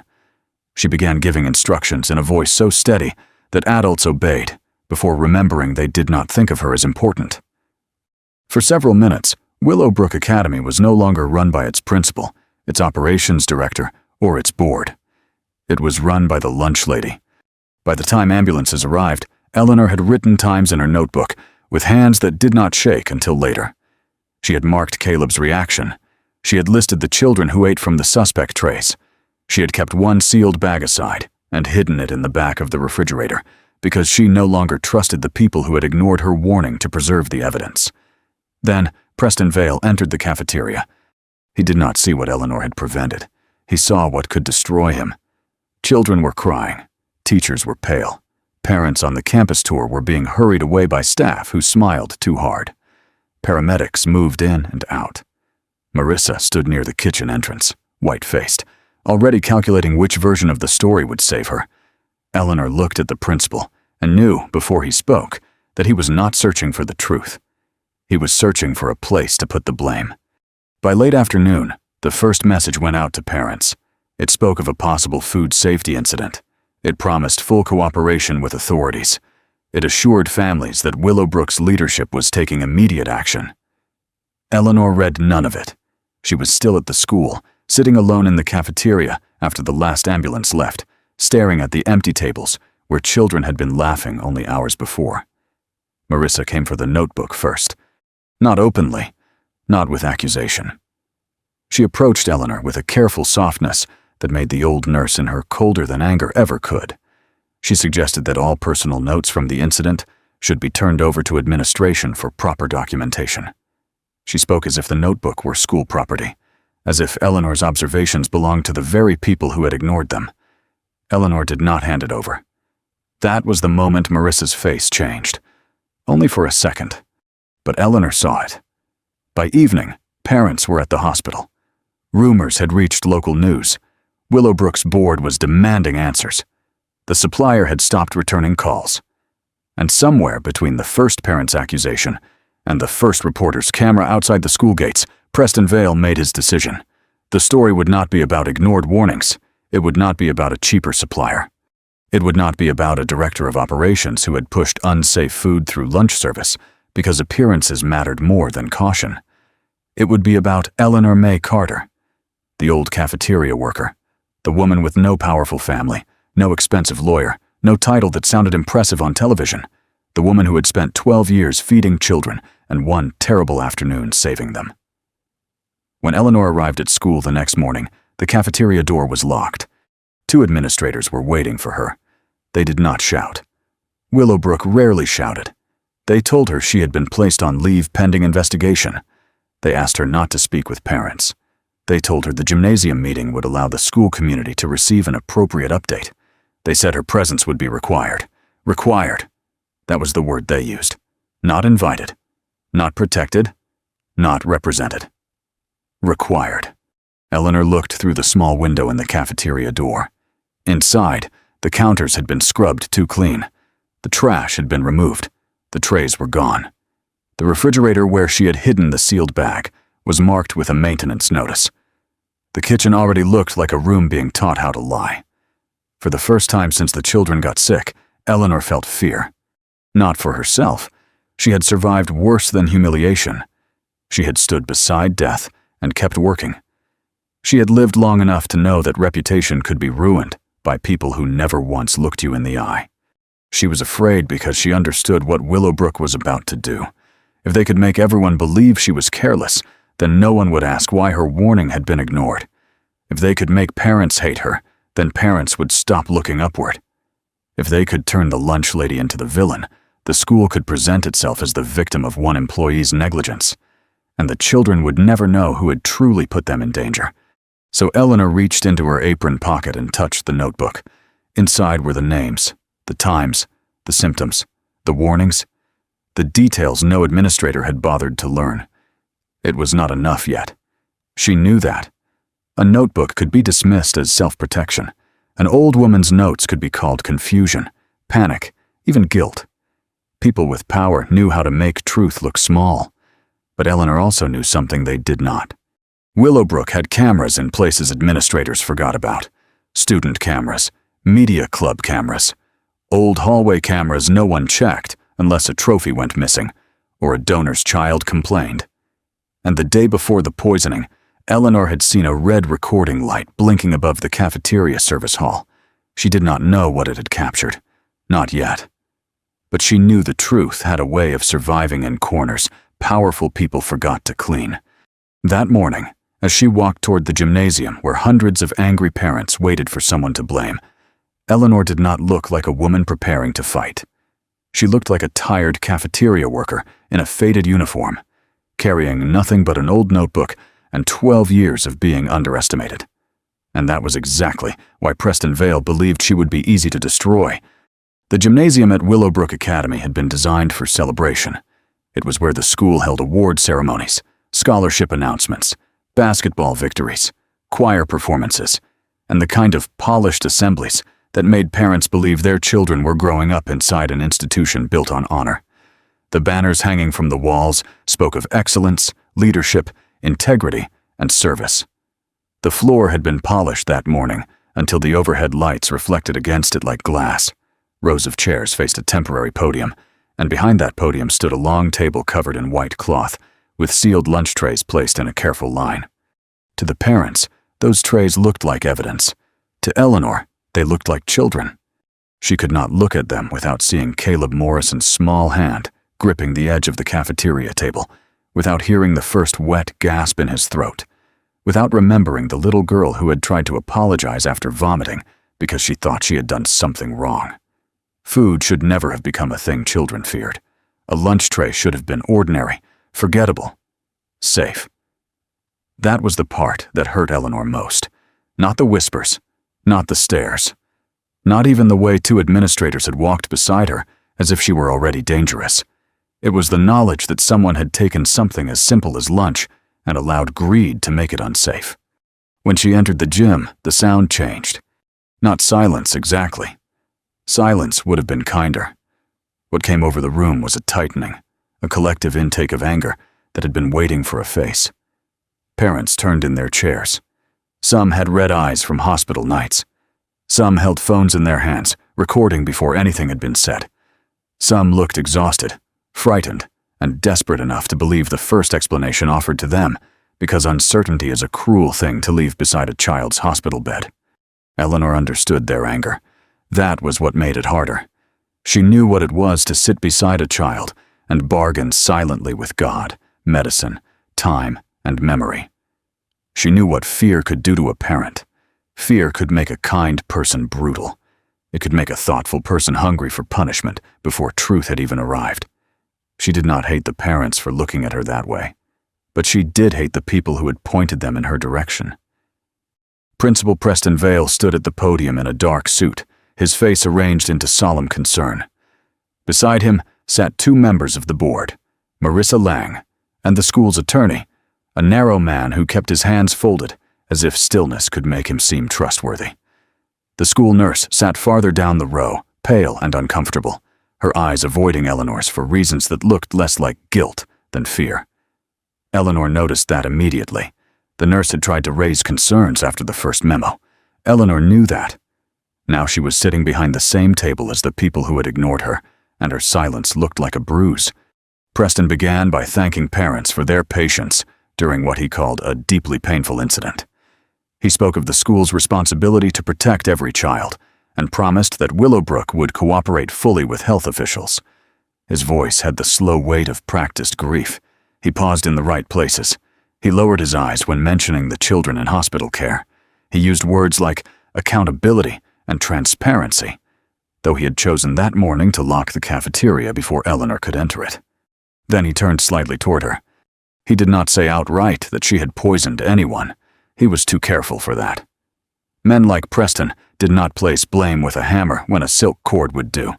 He spoke instead of preliminary concerns, of food handling irregularities, of deviations from established procedures, of an employee whose personal notes suggested she had acted outside approved protocol. He made Eleanor's notebook sound suspicious without showing anyone what was inside it. He made her caution sound like incompetence. He made her refusal to surrender her notes sound like obstruction. Eleanor stood near the side of the gym, not at the table, not among the staff, not given a chair. That detail was not accidental. It placed her where the parents could see her as separate from the institution. Willowbrook was the school. Preston was the leadership. Marissa was operations. The board was oversight. Eleanor was the failure. A mother in the second row began crying before Preston finished. A father shouted that his son had been taken by ambulance, and no one from the school had told him the truth. Another parent demanded to know whether Eleanor had prepared the food herself.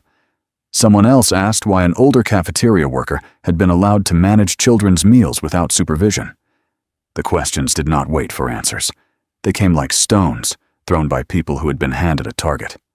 Preston let it happen long enough to be useful.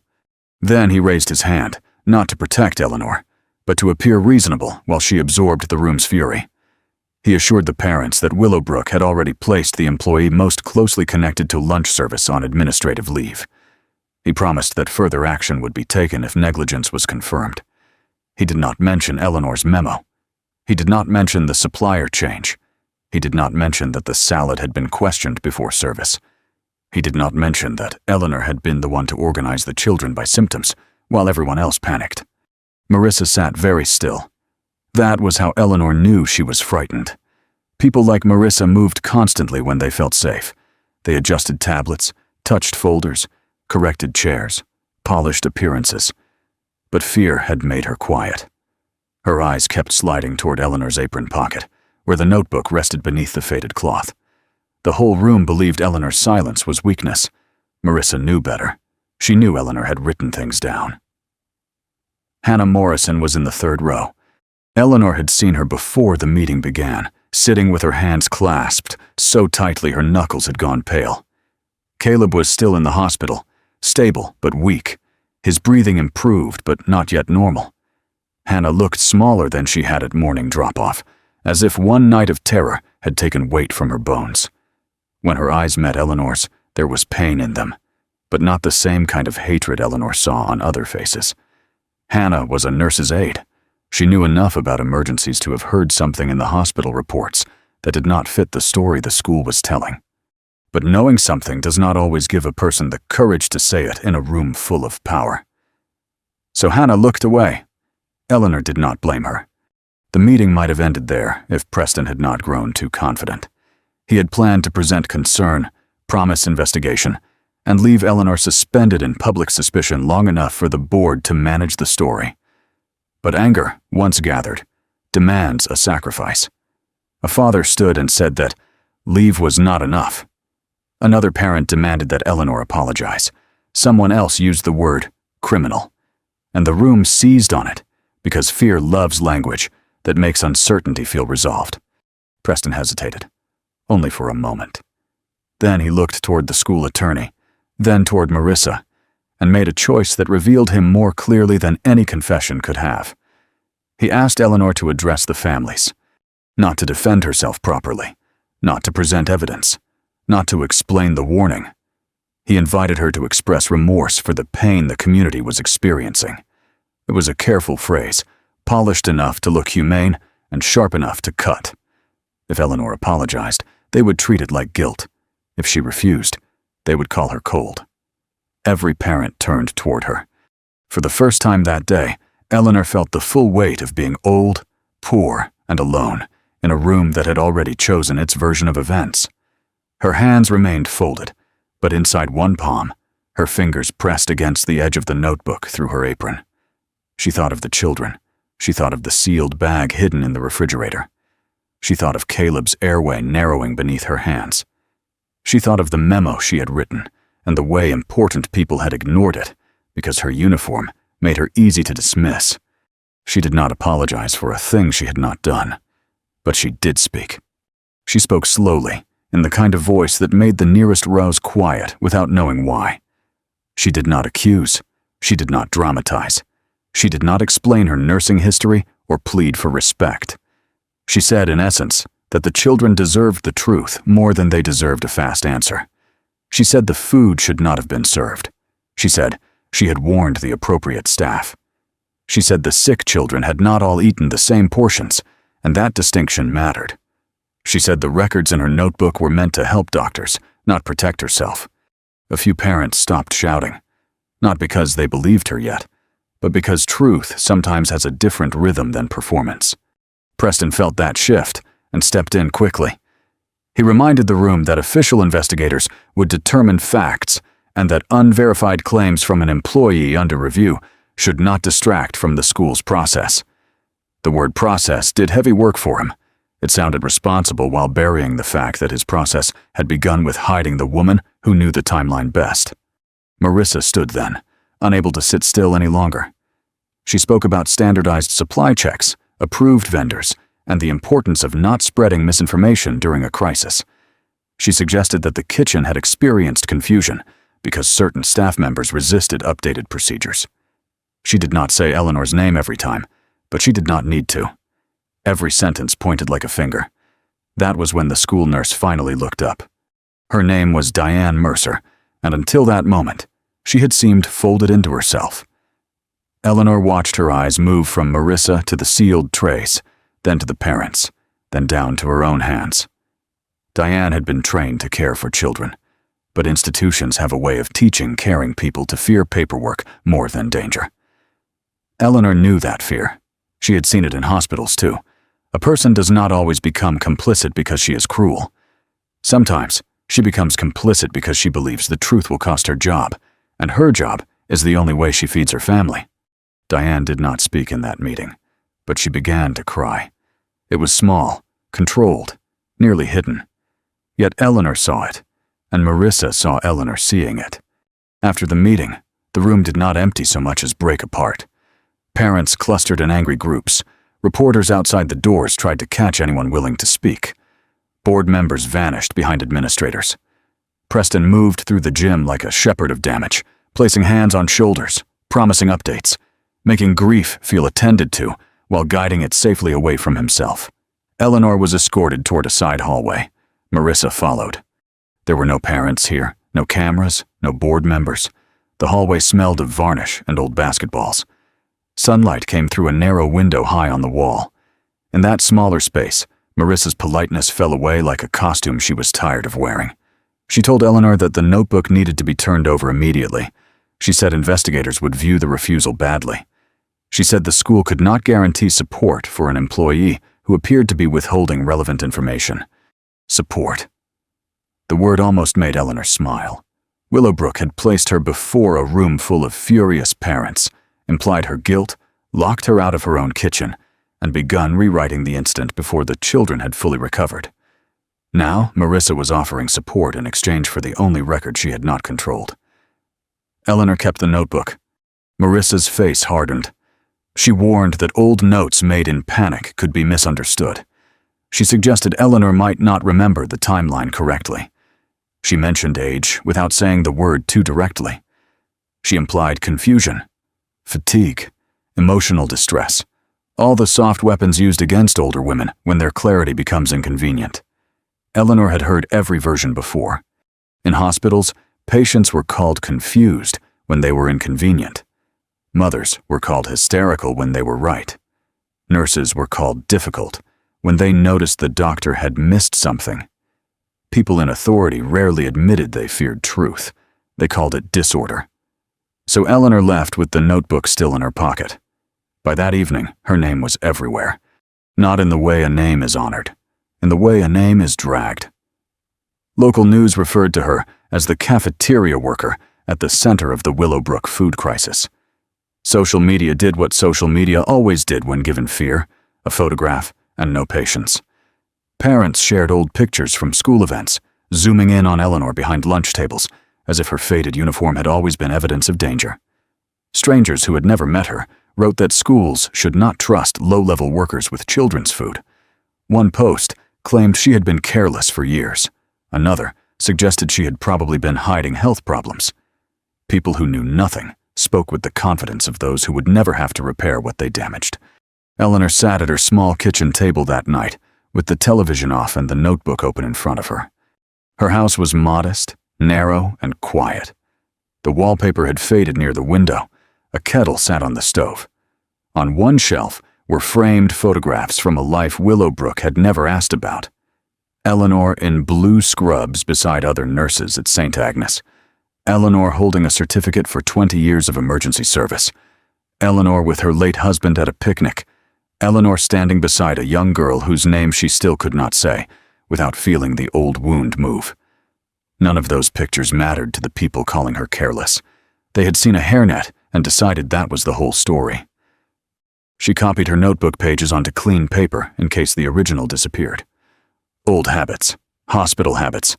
Never keep only one record when someone powerful wants the record gone.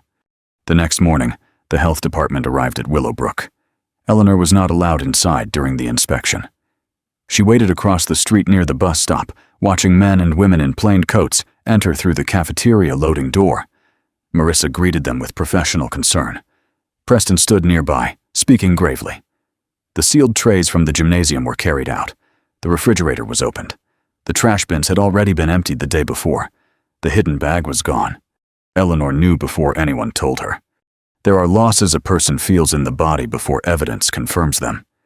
The sealed bag she had placed behind the older milk crates, the one with the strange chemical smell, the one thing that might have tied the symptoms directly to the supplier, had disappeared. Later, when an investigator asked whether she had preserved any physical sample, Eleanor described where it had been placed. The investigator checked. Nothing. The maintenance notice was gone too. Marissa had cleaned the corner. Powerful people forgot only after realizing Eleanor had remembered it. That should have broken her. Instead, it made something inside Eleanor settle. By trying to erase the evidence, Marissa had confirmed there was evidence worth erasing. The hospital became the place where the truth began to breathe again. Caleb Morrison woke more fully on the second day. His voice was weak. His throat hurt. His mother sat beside him with circles under her eyes, and one hand resting lightly on his blanket, as if she feared that if she stopped touching him, the world might take him again. A pediatric specialist explained reactions, exposure, and the need for follow-up testing. The language was careful, medical, incomplete. But Caleb, in the simple, broken way children remember terror, said enough to make Hannah go still. He remembered Eleanor telling him not to take the salad. He remembered her putting a safe fruit cup on his tray instead. He remembered a teacher hurrying the line.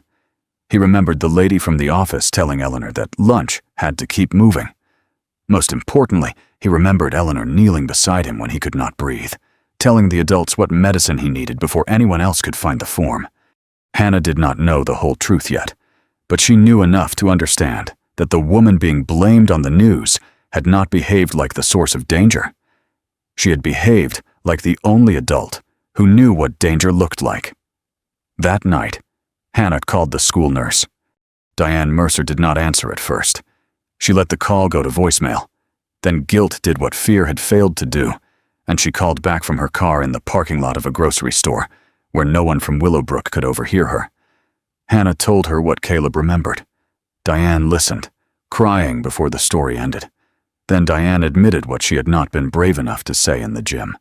Eleanor had come to her with concerns days before the incident.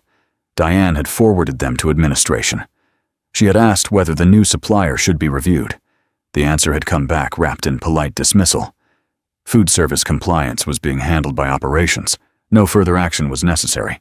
Staff should avoid creating unnecessary alarm. Unnecessary alarm. That was what they had called the warning before the ambulances came. Hannah asked if Diane would say that publicly. Diane did not answer quickly. Fear returned, practical and heavy. A job, insurance, children of her own, a mortgage. The machinery of silence is rarely built from evil alone. Often it is built from ordinary needs pressed against a powerful institution. But by the end of the call, Diane agreed to do one thing. She would look for the email trail. If it still existed, she would save it somewhere safe. The first crack appeared. The second came from a student no one had thought to notice. Her name was Lena Ortiz, a sophomore in Willowbrook's media club. She was quiet, observant, and more comfortable behind cameras than in front of people. She had been working on a student documentary about the hidden workers of the school, a project her advisor had approved because it sounded harmless and wholesome. The janitors, the groundskeeper, the cafeteria staff, the bus drivers, the people who made Willowbrook function while the school's public image centered on donors, administrators, and award-winning students. Lena had interviewed Eleanor the week before the poisoning.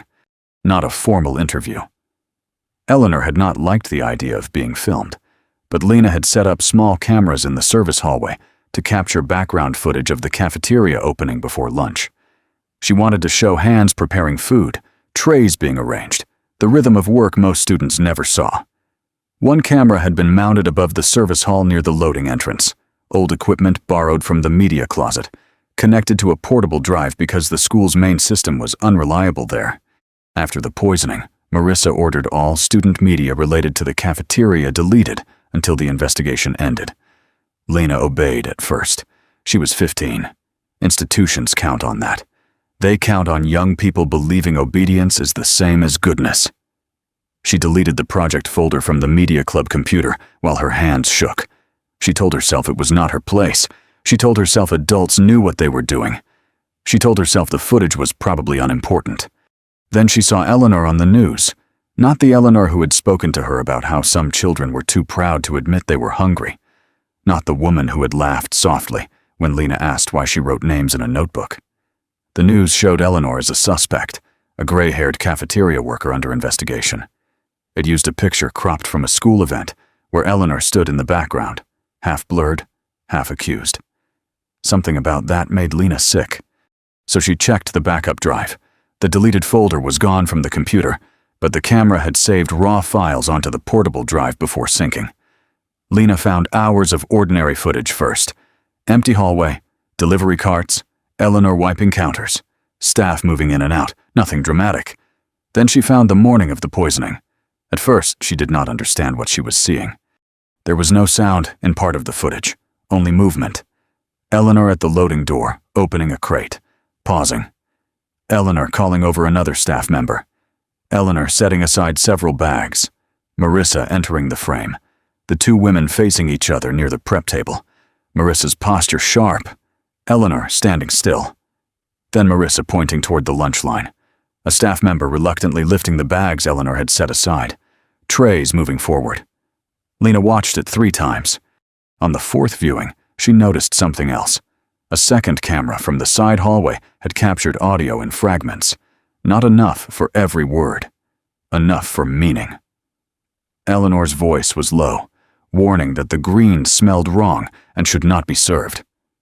Marissa's voice was clearer, impatient, saying the inspection was already approved and lunch could not be disrupted because visitors were on campus. The exact words were broken by kitchen noise, but the shape of the truth survived.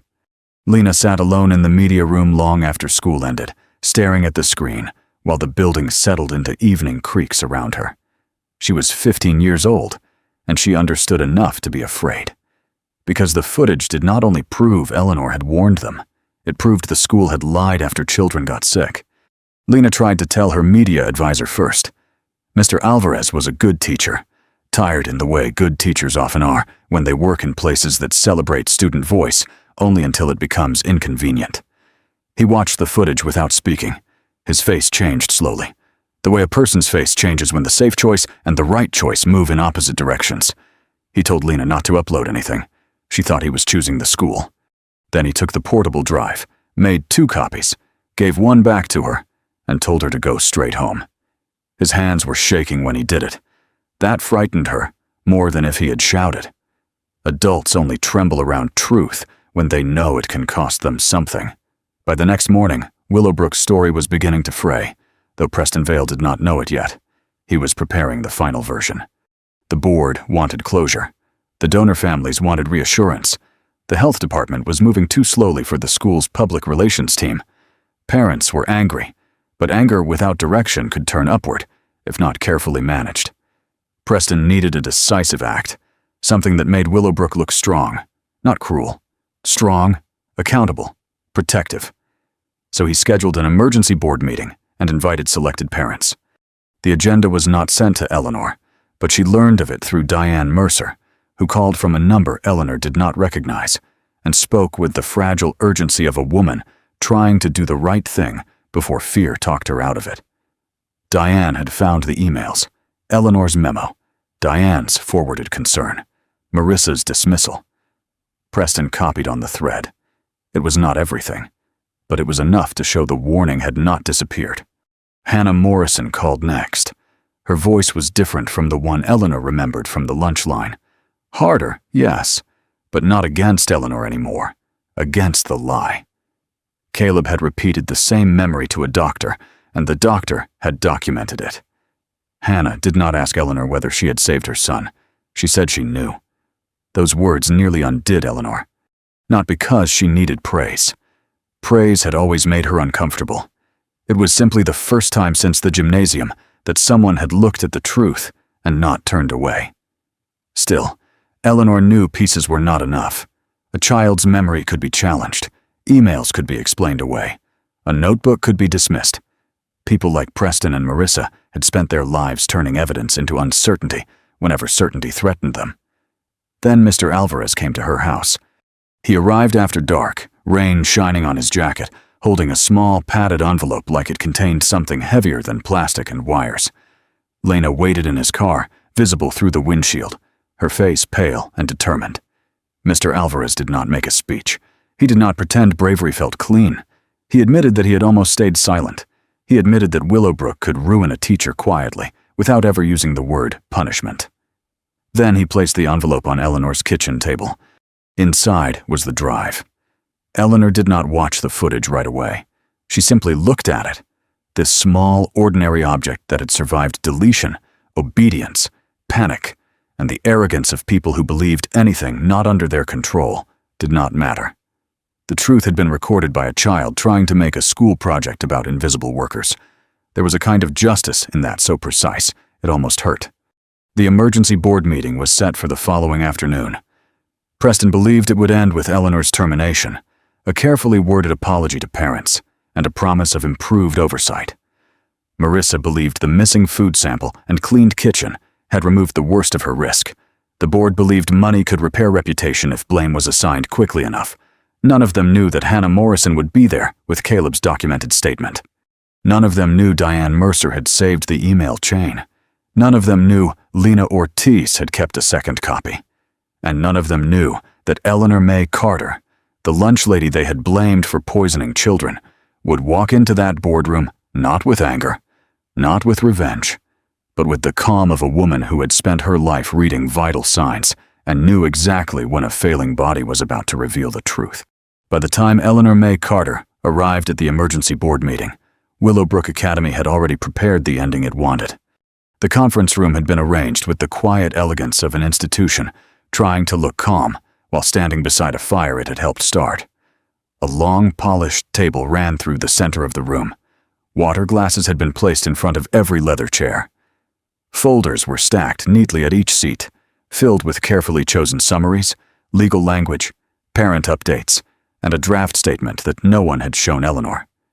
Through the tall windows, the campus looked almost peaceful. Children moved between buildings, under the watch of teachers pretending the world had not shifted beneath them. The stone walkways were clean. The flower beds were trimmed. The front of Willowbrook still looked like a place where nothing ugly could survive. But truth does not care how polished a table is. Eleanor stood near the end of that room, in her same faded cafeteria uniform. She had been told she could attend, because the matter concerned her employment. But the chair reserved for her had been placed away from the board members, away from the school attorney, and away from the center of conversation. It was the same strategy they had used in the gymnasium, only quieter. Put the woman apart. Make her look like the problem instead of the witness.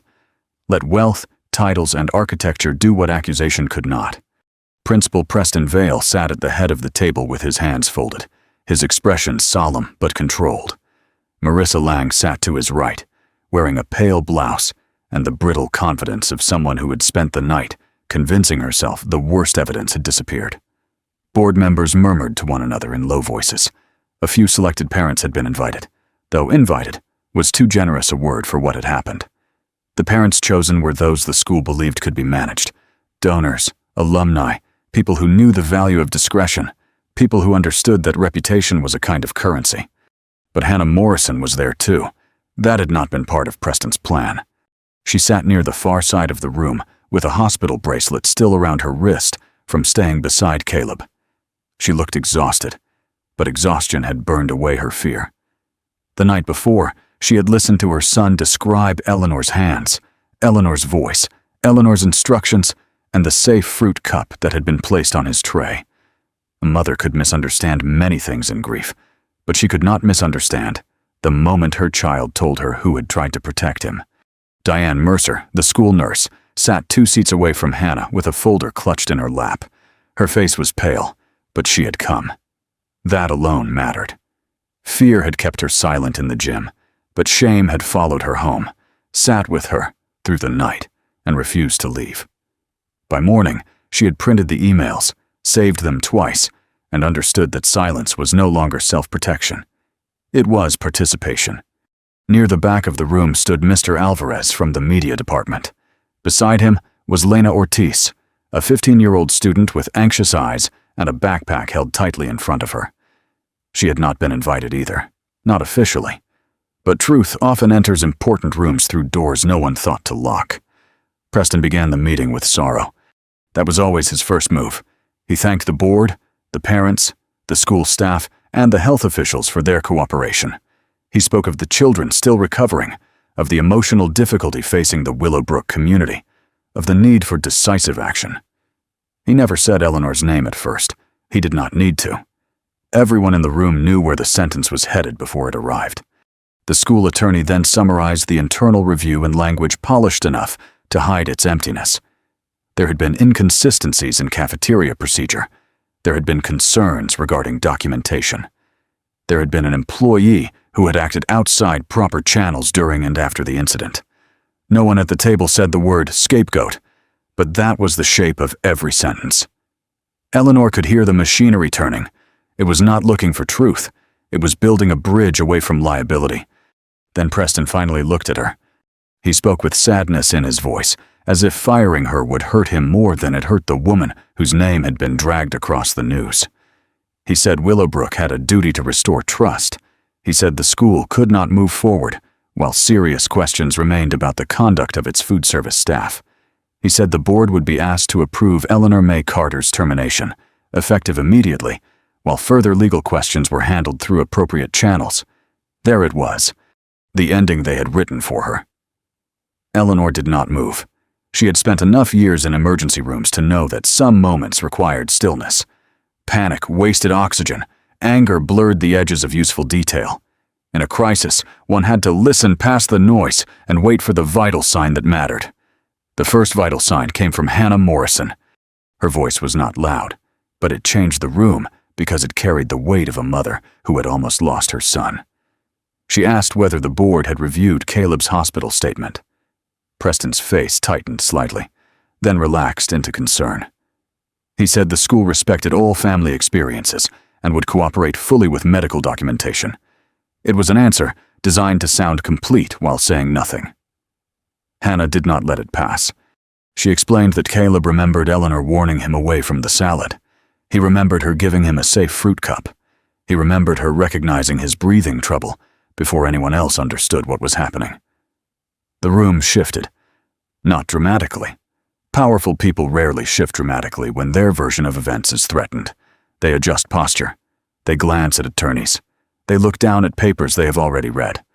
But Eleanor saw it. The certainty around the table had lost its first layer. Marissa responded before Preston could. She suggested that children recovering from medical distress could remember events imperfectly. She said Caleb had been frightened. She said the school could not build conclusions around a child's fragmented memory. Her tone was careful, almost sympathetic, but the meaning was cold. Caleb's memory was useful when the school needed parents' fear. It became unreliable the moment it pointed away from Eleanor. That was when Diane Mercer opened her folder. She did not look like a brave woman in that moment.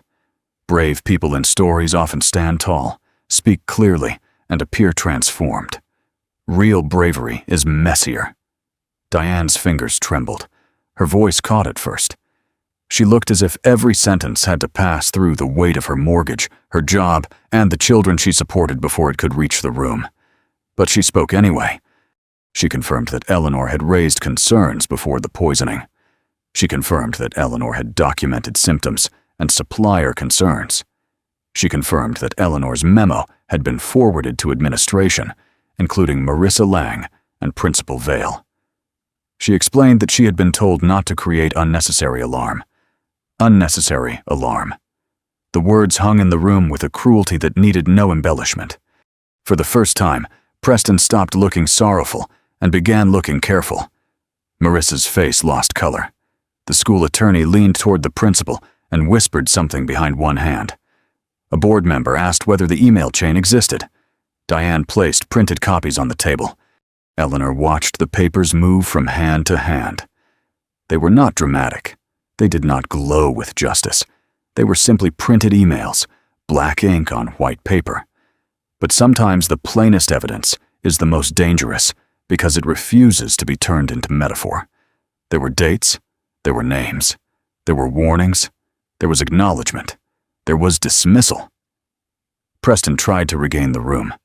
He thanked Diane for clarifying the timeline and suggested the emails would be reviewed in the proper context. He said staff concerns were often evaluated alongside vendor certifications, budgetary needs, and professional compliance standards. The words were smooth, but they no longer landed the same way. Once a lie has cracked, every polished sentence sounds like someone stepping around broken glass. Then Mr. Alvarez stepped forward. Preston looked genuinely irritated now.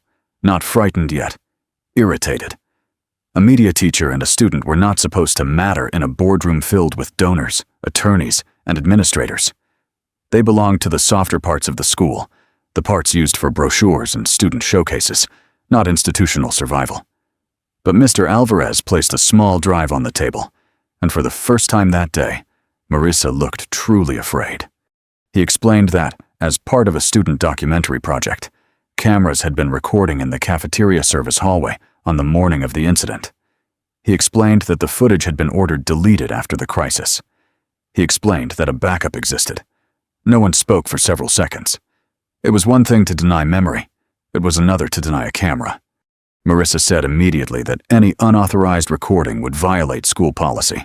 The speed of her response betrayed her. She had not asked what was on the footage. She had not asked whether it might help the children. She had reached first for policy, the favorite shield of people who fear evidence more than misconduct. Lena Ortiz spoke then, not loudly, but clearly enough for every adult in the room to hear. She explained that the project had been approved. The camera placement had been approved. The hallway had been used only to film cafeteria operations for a student feature about workers whose labor often went unseen.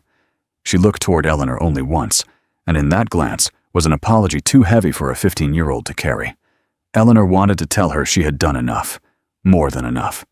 But this was not the moment. The board chair ordered the footage played. Preston objected through the attorney.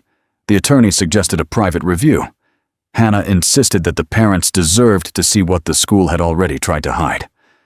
Diane placed her printed emails beside the drive. Mr. Alvarez connected the file to the room's display system with hands steadier than his face. The screen lit up. At first, the footage looked ordinary. A cafeteria service hallway before lunch, delivery crates near the loading door, staff moving in and out. Eleanor entering the frame in her faded uniform, carrying no authority anyone at Willowbrook had ever respected. She opened a crate. She paused.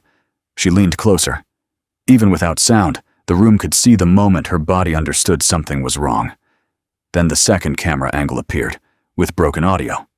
Eleanor's voice came through low and grainy, warning that the green smelled wrong and should not be served. Kitchen noise swallowed some words, but not enough. Marissa entered the frame. Her posture was sharp. Her voice carried more clearly than Eleanor's, telling staff that lunch could not be disrupted, that the supplier had been approved, and that visitors were on campus. The room watched Eleanor set several bags aside. Then they watched a staff member, after Marissa's order, move some of them back toward service. Hannah covered her mouth. Diane began to cry again, but this time she did not lower her head. Preston's face had gone still, in the way faces go still when every expression becomes dangerous. The footage continued. The first child became sick, then another. The camera did not capture every table, but it captured enough of the service area to show confusion spreading. Teachers moved without direction. Staff looked toward administrators who were not there. Then Eleanor re-entered the frame, and the room changed as it watched her. She was not panicking. She was not hiding. She was not acting like someone who had caused harm and wished to escape it. She moved with purpose. She pointed staff toward certain tables. She separated trays. She sent someone toward the nurse's office. She took notes. She looked at children's faces, not as a cafeteria worker guessing, but as a medical professional reading symptoms. When Caleb appeared at the edge of the footage, small and struggling, Eleanor reached him before the adults around him understood what his body was saying. The audio caught fragments, enough to hear her instruct someone to call emergency services, enough to hear her identify breathing trouble, enough to hear her ask for Caleb's medication, enough to hear her keeping her voice steady when everyone else was beginning to unravel.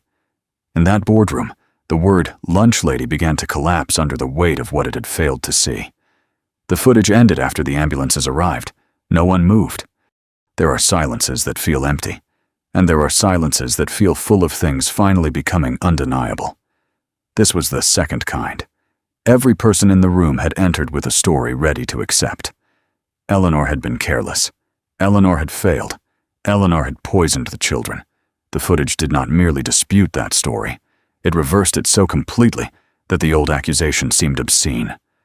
The board chair asked Eleanor why she had not told them she was trained. It was a strange question, though Eleanor understood why he asked it. People with titles believe credentials are only real when displayed. They assume a person without a framed certificate on the wall must not have a history worth considering. Eleanor explained, quietly and without self-pity, that she had been an emergency nurse for 27 years before coming to Willowbrook. She had not hidden it because she was ashamed. She had simply never been asked. The school had seen a uniform and decided that was all it needed to know. That truth landed harder than accusation. Preston tried to apologize in the language of damage control. He said the school clearly needed to review its internal communication. He said mistakes had been made. He said emotions had run high.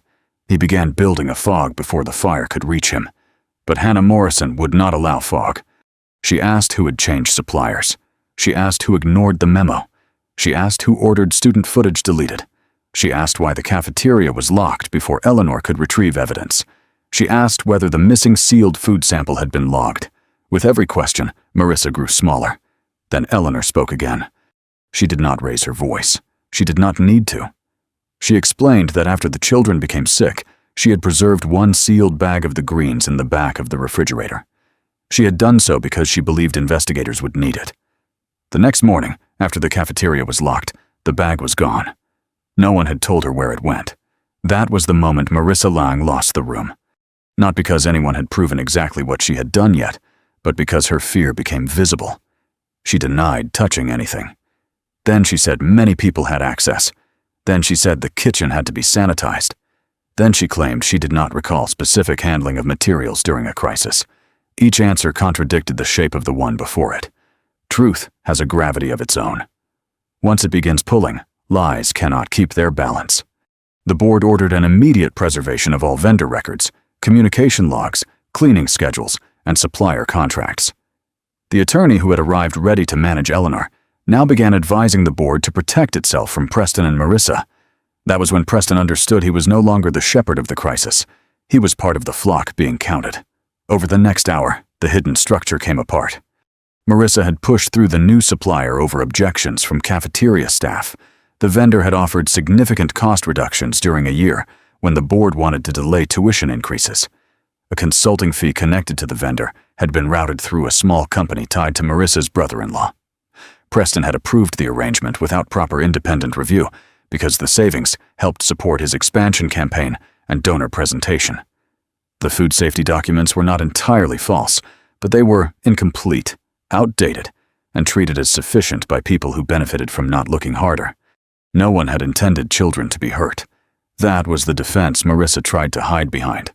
Eleanor had heard that defense before, in hospitals, in lawsuits, in whispered hallway conversations after preventable harm.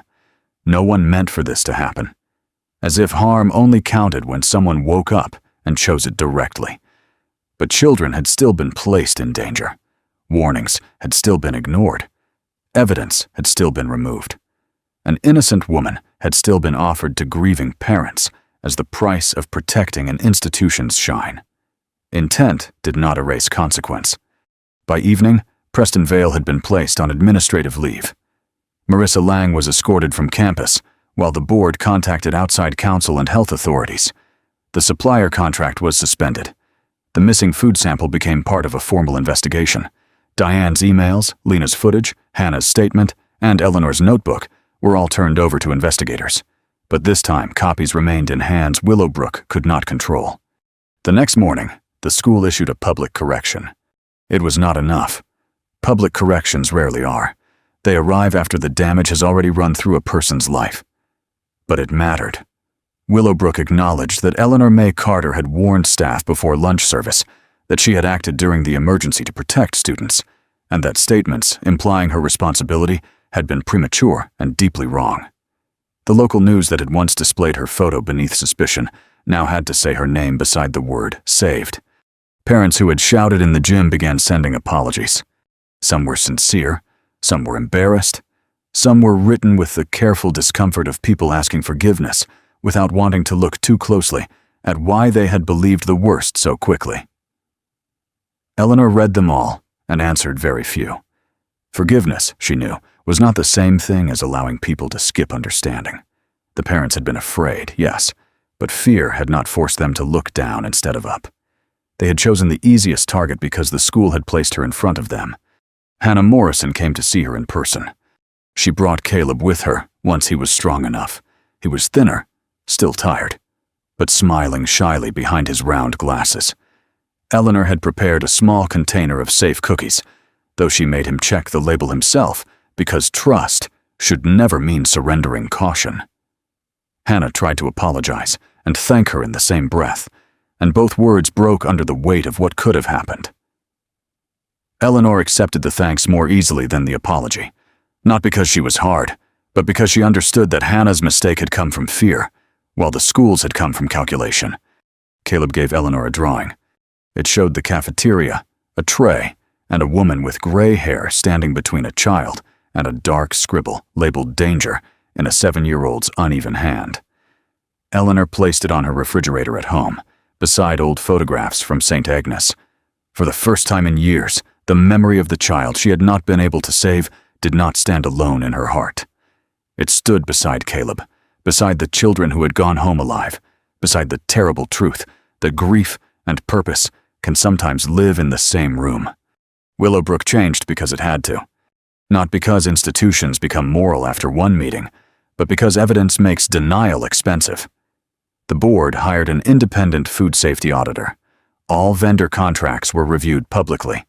The cafeteria staff gained authority to halt service if safety concerns arose. The school nurse's office received funding it had requested for years. Every staff member, from teachers to administrators, was required to complete emergency response training. The media club's project about invisible workers became mandatory viewing for new families, though Eleanor insisted her interview be shortened. She had never wanted to be turned into a symbol while still carrying trays. Preston Vale resigned before the investigation concluded. His public statement spoke of taking responsibility for the community's healing, but no one who had watched him in that boardroom mistook resignation for courage. Marissa faced legal consequences tied to the vendor arrangement and the missing sample. The supplier became the subject of a broader investigation after other schools quietly came forward with complaints they had been too embarrassed to admit. That was the poetic justice of it. Preston had built his image on protecting children, and he lost his position because he protected reputation instead. Marissa had treated safety as a line item, and her own paperwork became the chain that pulled her down. Willowbrook had tried to make Eleanor look like the weak link in its system, only for the world to see that she had been the one holding the system together when it failed. But Eleanor did not ask for revenge. When the board offered a settlement, she listened politely. When they offered a public ceremony, she declined the first version because it sounded too much like they wanted applause for admitting what they should never have denied. When they asked what she wanted, she gave them a list written in the same careful blue ink she had used in her notebook. Every child at Willowbrook would eat safely, regardless of income. No child would have their meal withheld, marked, or made smaller because of unpaid balances.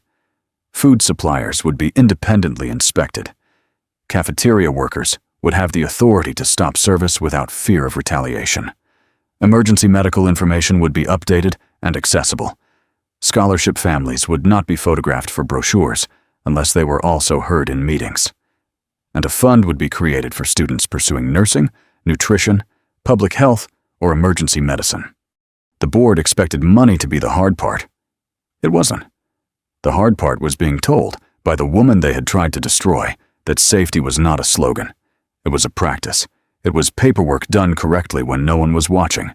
It was listening to the person closest to the problem. It was believing that a cafeteria worker might know something a principal did not. It was understanding that dignity belonged as much in the lunch line as it did in the admissions office. Months later, the cafeteria at Willowbrook looked different. Not expensive. Different in the ways that mattered. The refrigerator worked properly. The loading door had a new inspection station. Ingredient lists were clear. Staff meetings included the people who actually handled the food. Diane Mercer no longer had to beg quietly for emergency updates. Lena's documentary, finished with Eleanor's reluctant permission, won a student journalism award, though Lena cared less about the award than the fact that people finally watched the kitchen without looking through it. Eleanor returned to work on a Monday. She could have retired. Many people told her she should. Some said she deserved rest. Some said the school did not deserve her. Both things were partly true. But Eleanor had learned that healing does not always mean leaving the place where you were wounded. Sometimes healing means returning with new boundaries, with the truth established, with the power to say no and be heard.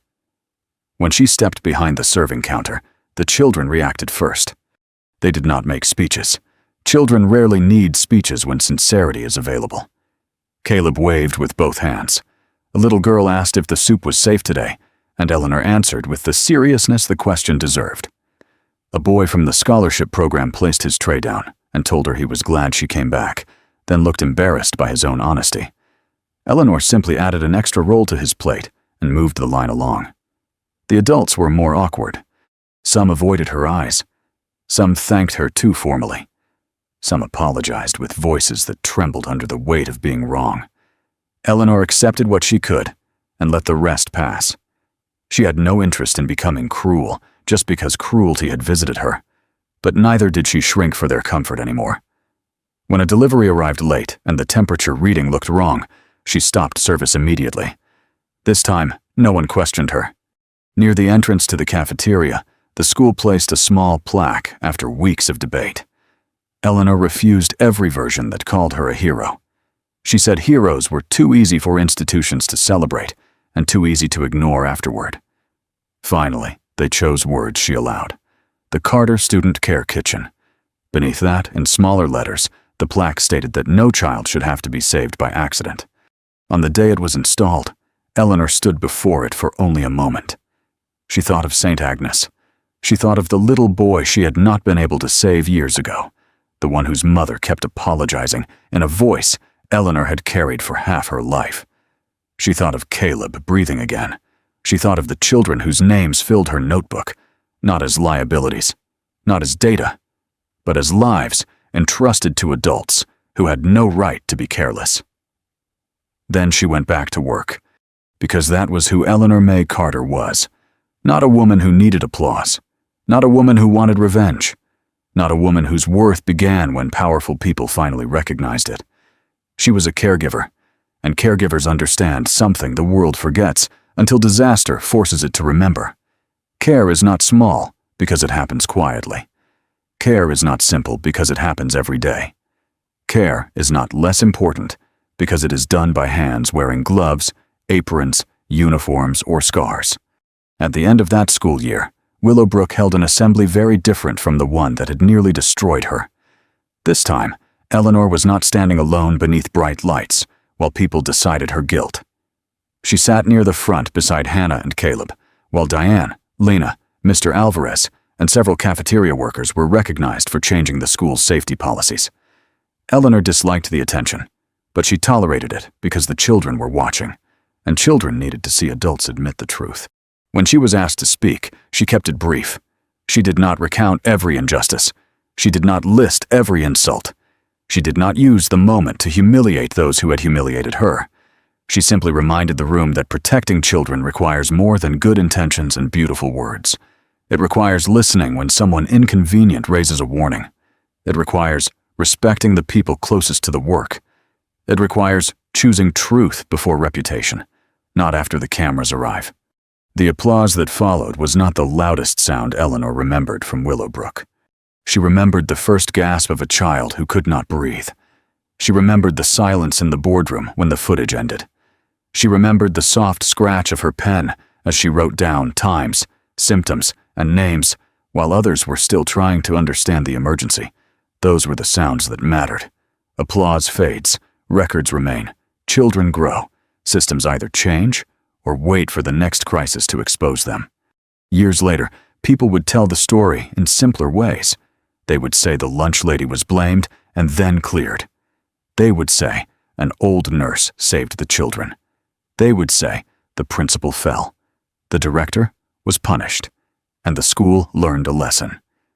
But the real story was not only about one poisoning or one meeting or one hidden video.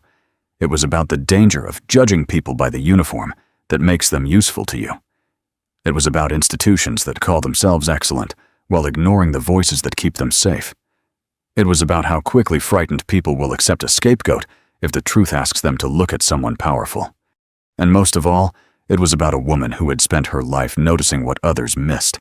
A strange smell beneath wet greens, a child's lips losing color, a mother too tired to fight alone, a nurse afraid to speak, a student camera blinking red in a forgotten hallway, a system trying to clean away evidence before anyone could ask why the evidence existed. Eleanor May Carter noticed all of it. So remember this, never assume the quietest person in the room knows the least. Never mistake a faded uniform for an empty history. Never believe that the people serving food, cleaning floors, driving buses, answering phones, or standing behind counters are less important than the people giving speeches about leadership. Sometimes the person everyone overlooks is the only one paying attention closely enough to save a life. And if this story made you think of someone whose quiet care was taken for granted, tell us about them in the comments. Share this with someone who needs to remember that dignity does not come from a title, truth does not need permission from power, and the people we ignore may be the very people holding our children, our communities, and our future safely together.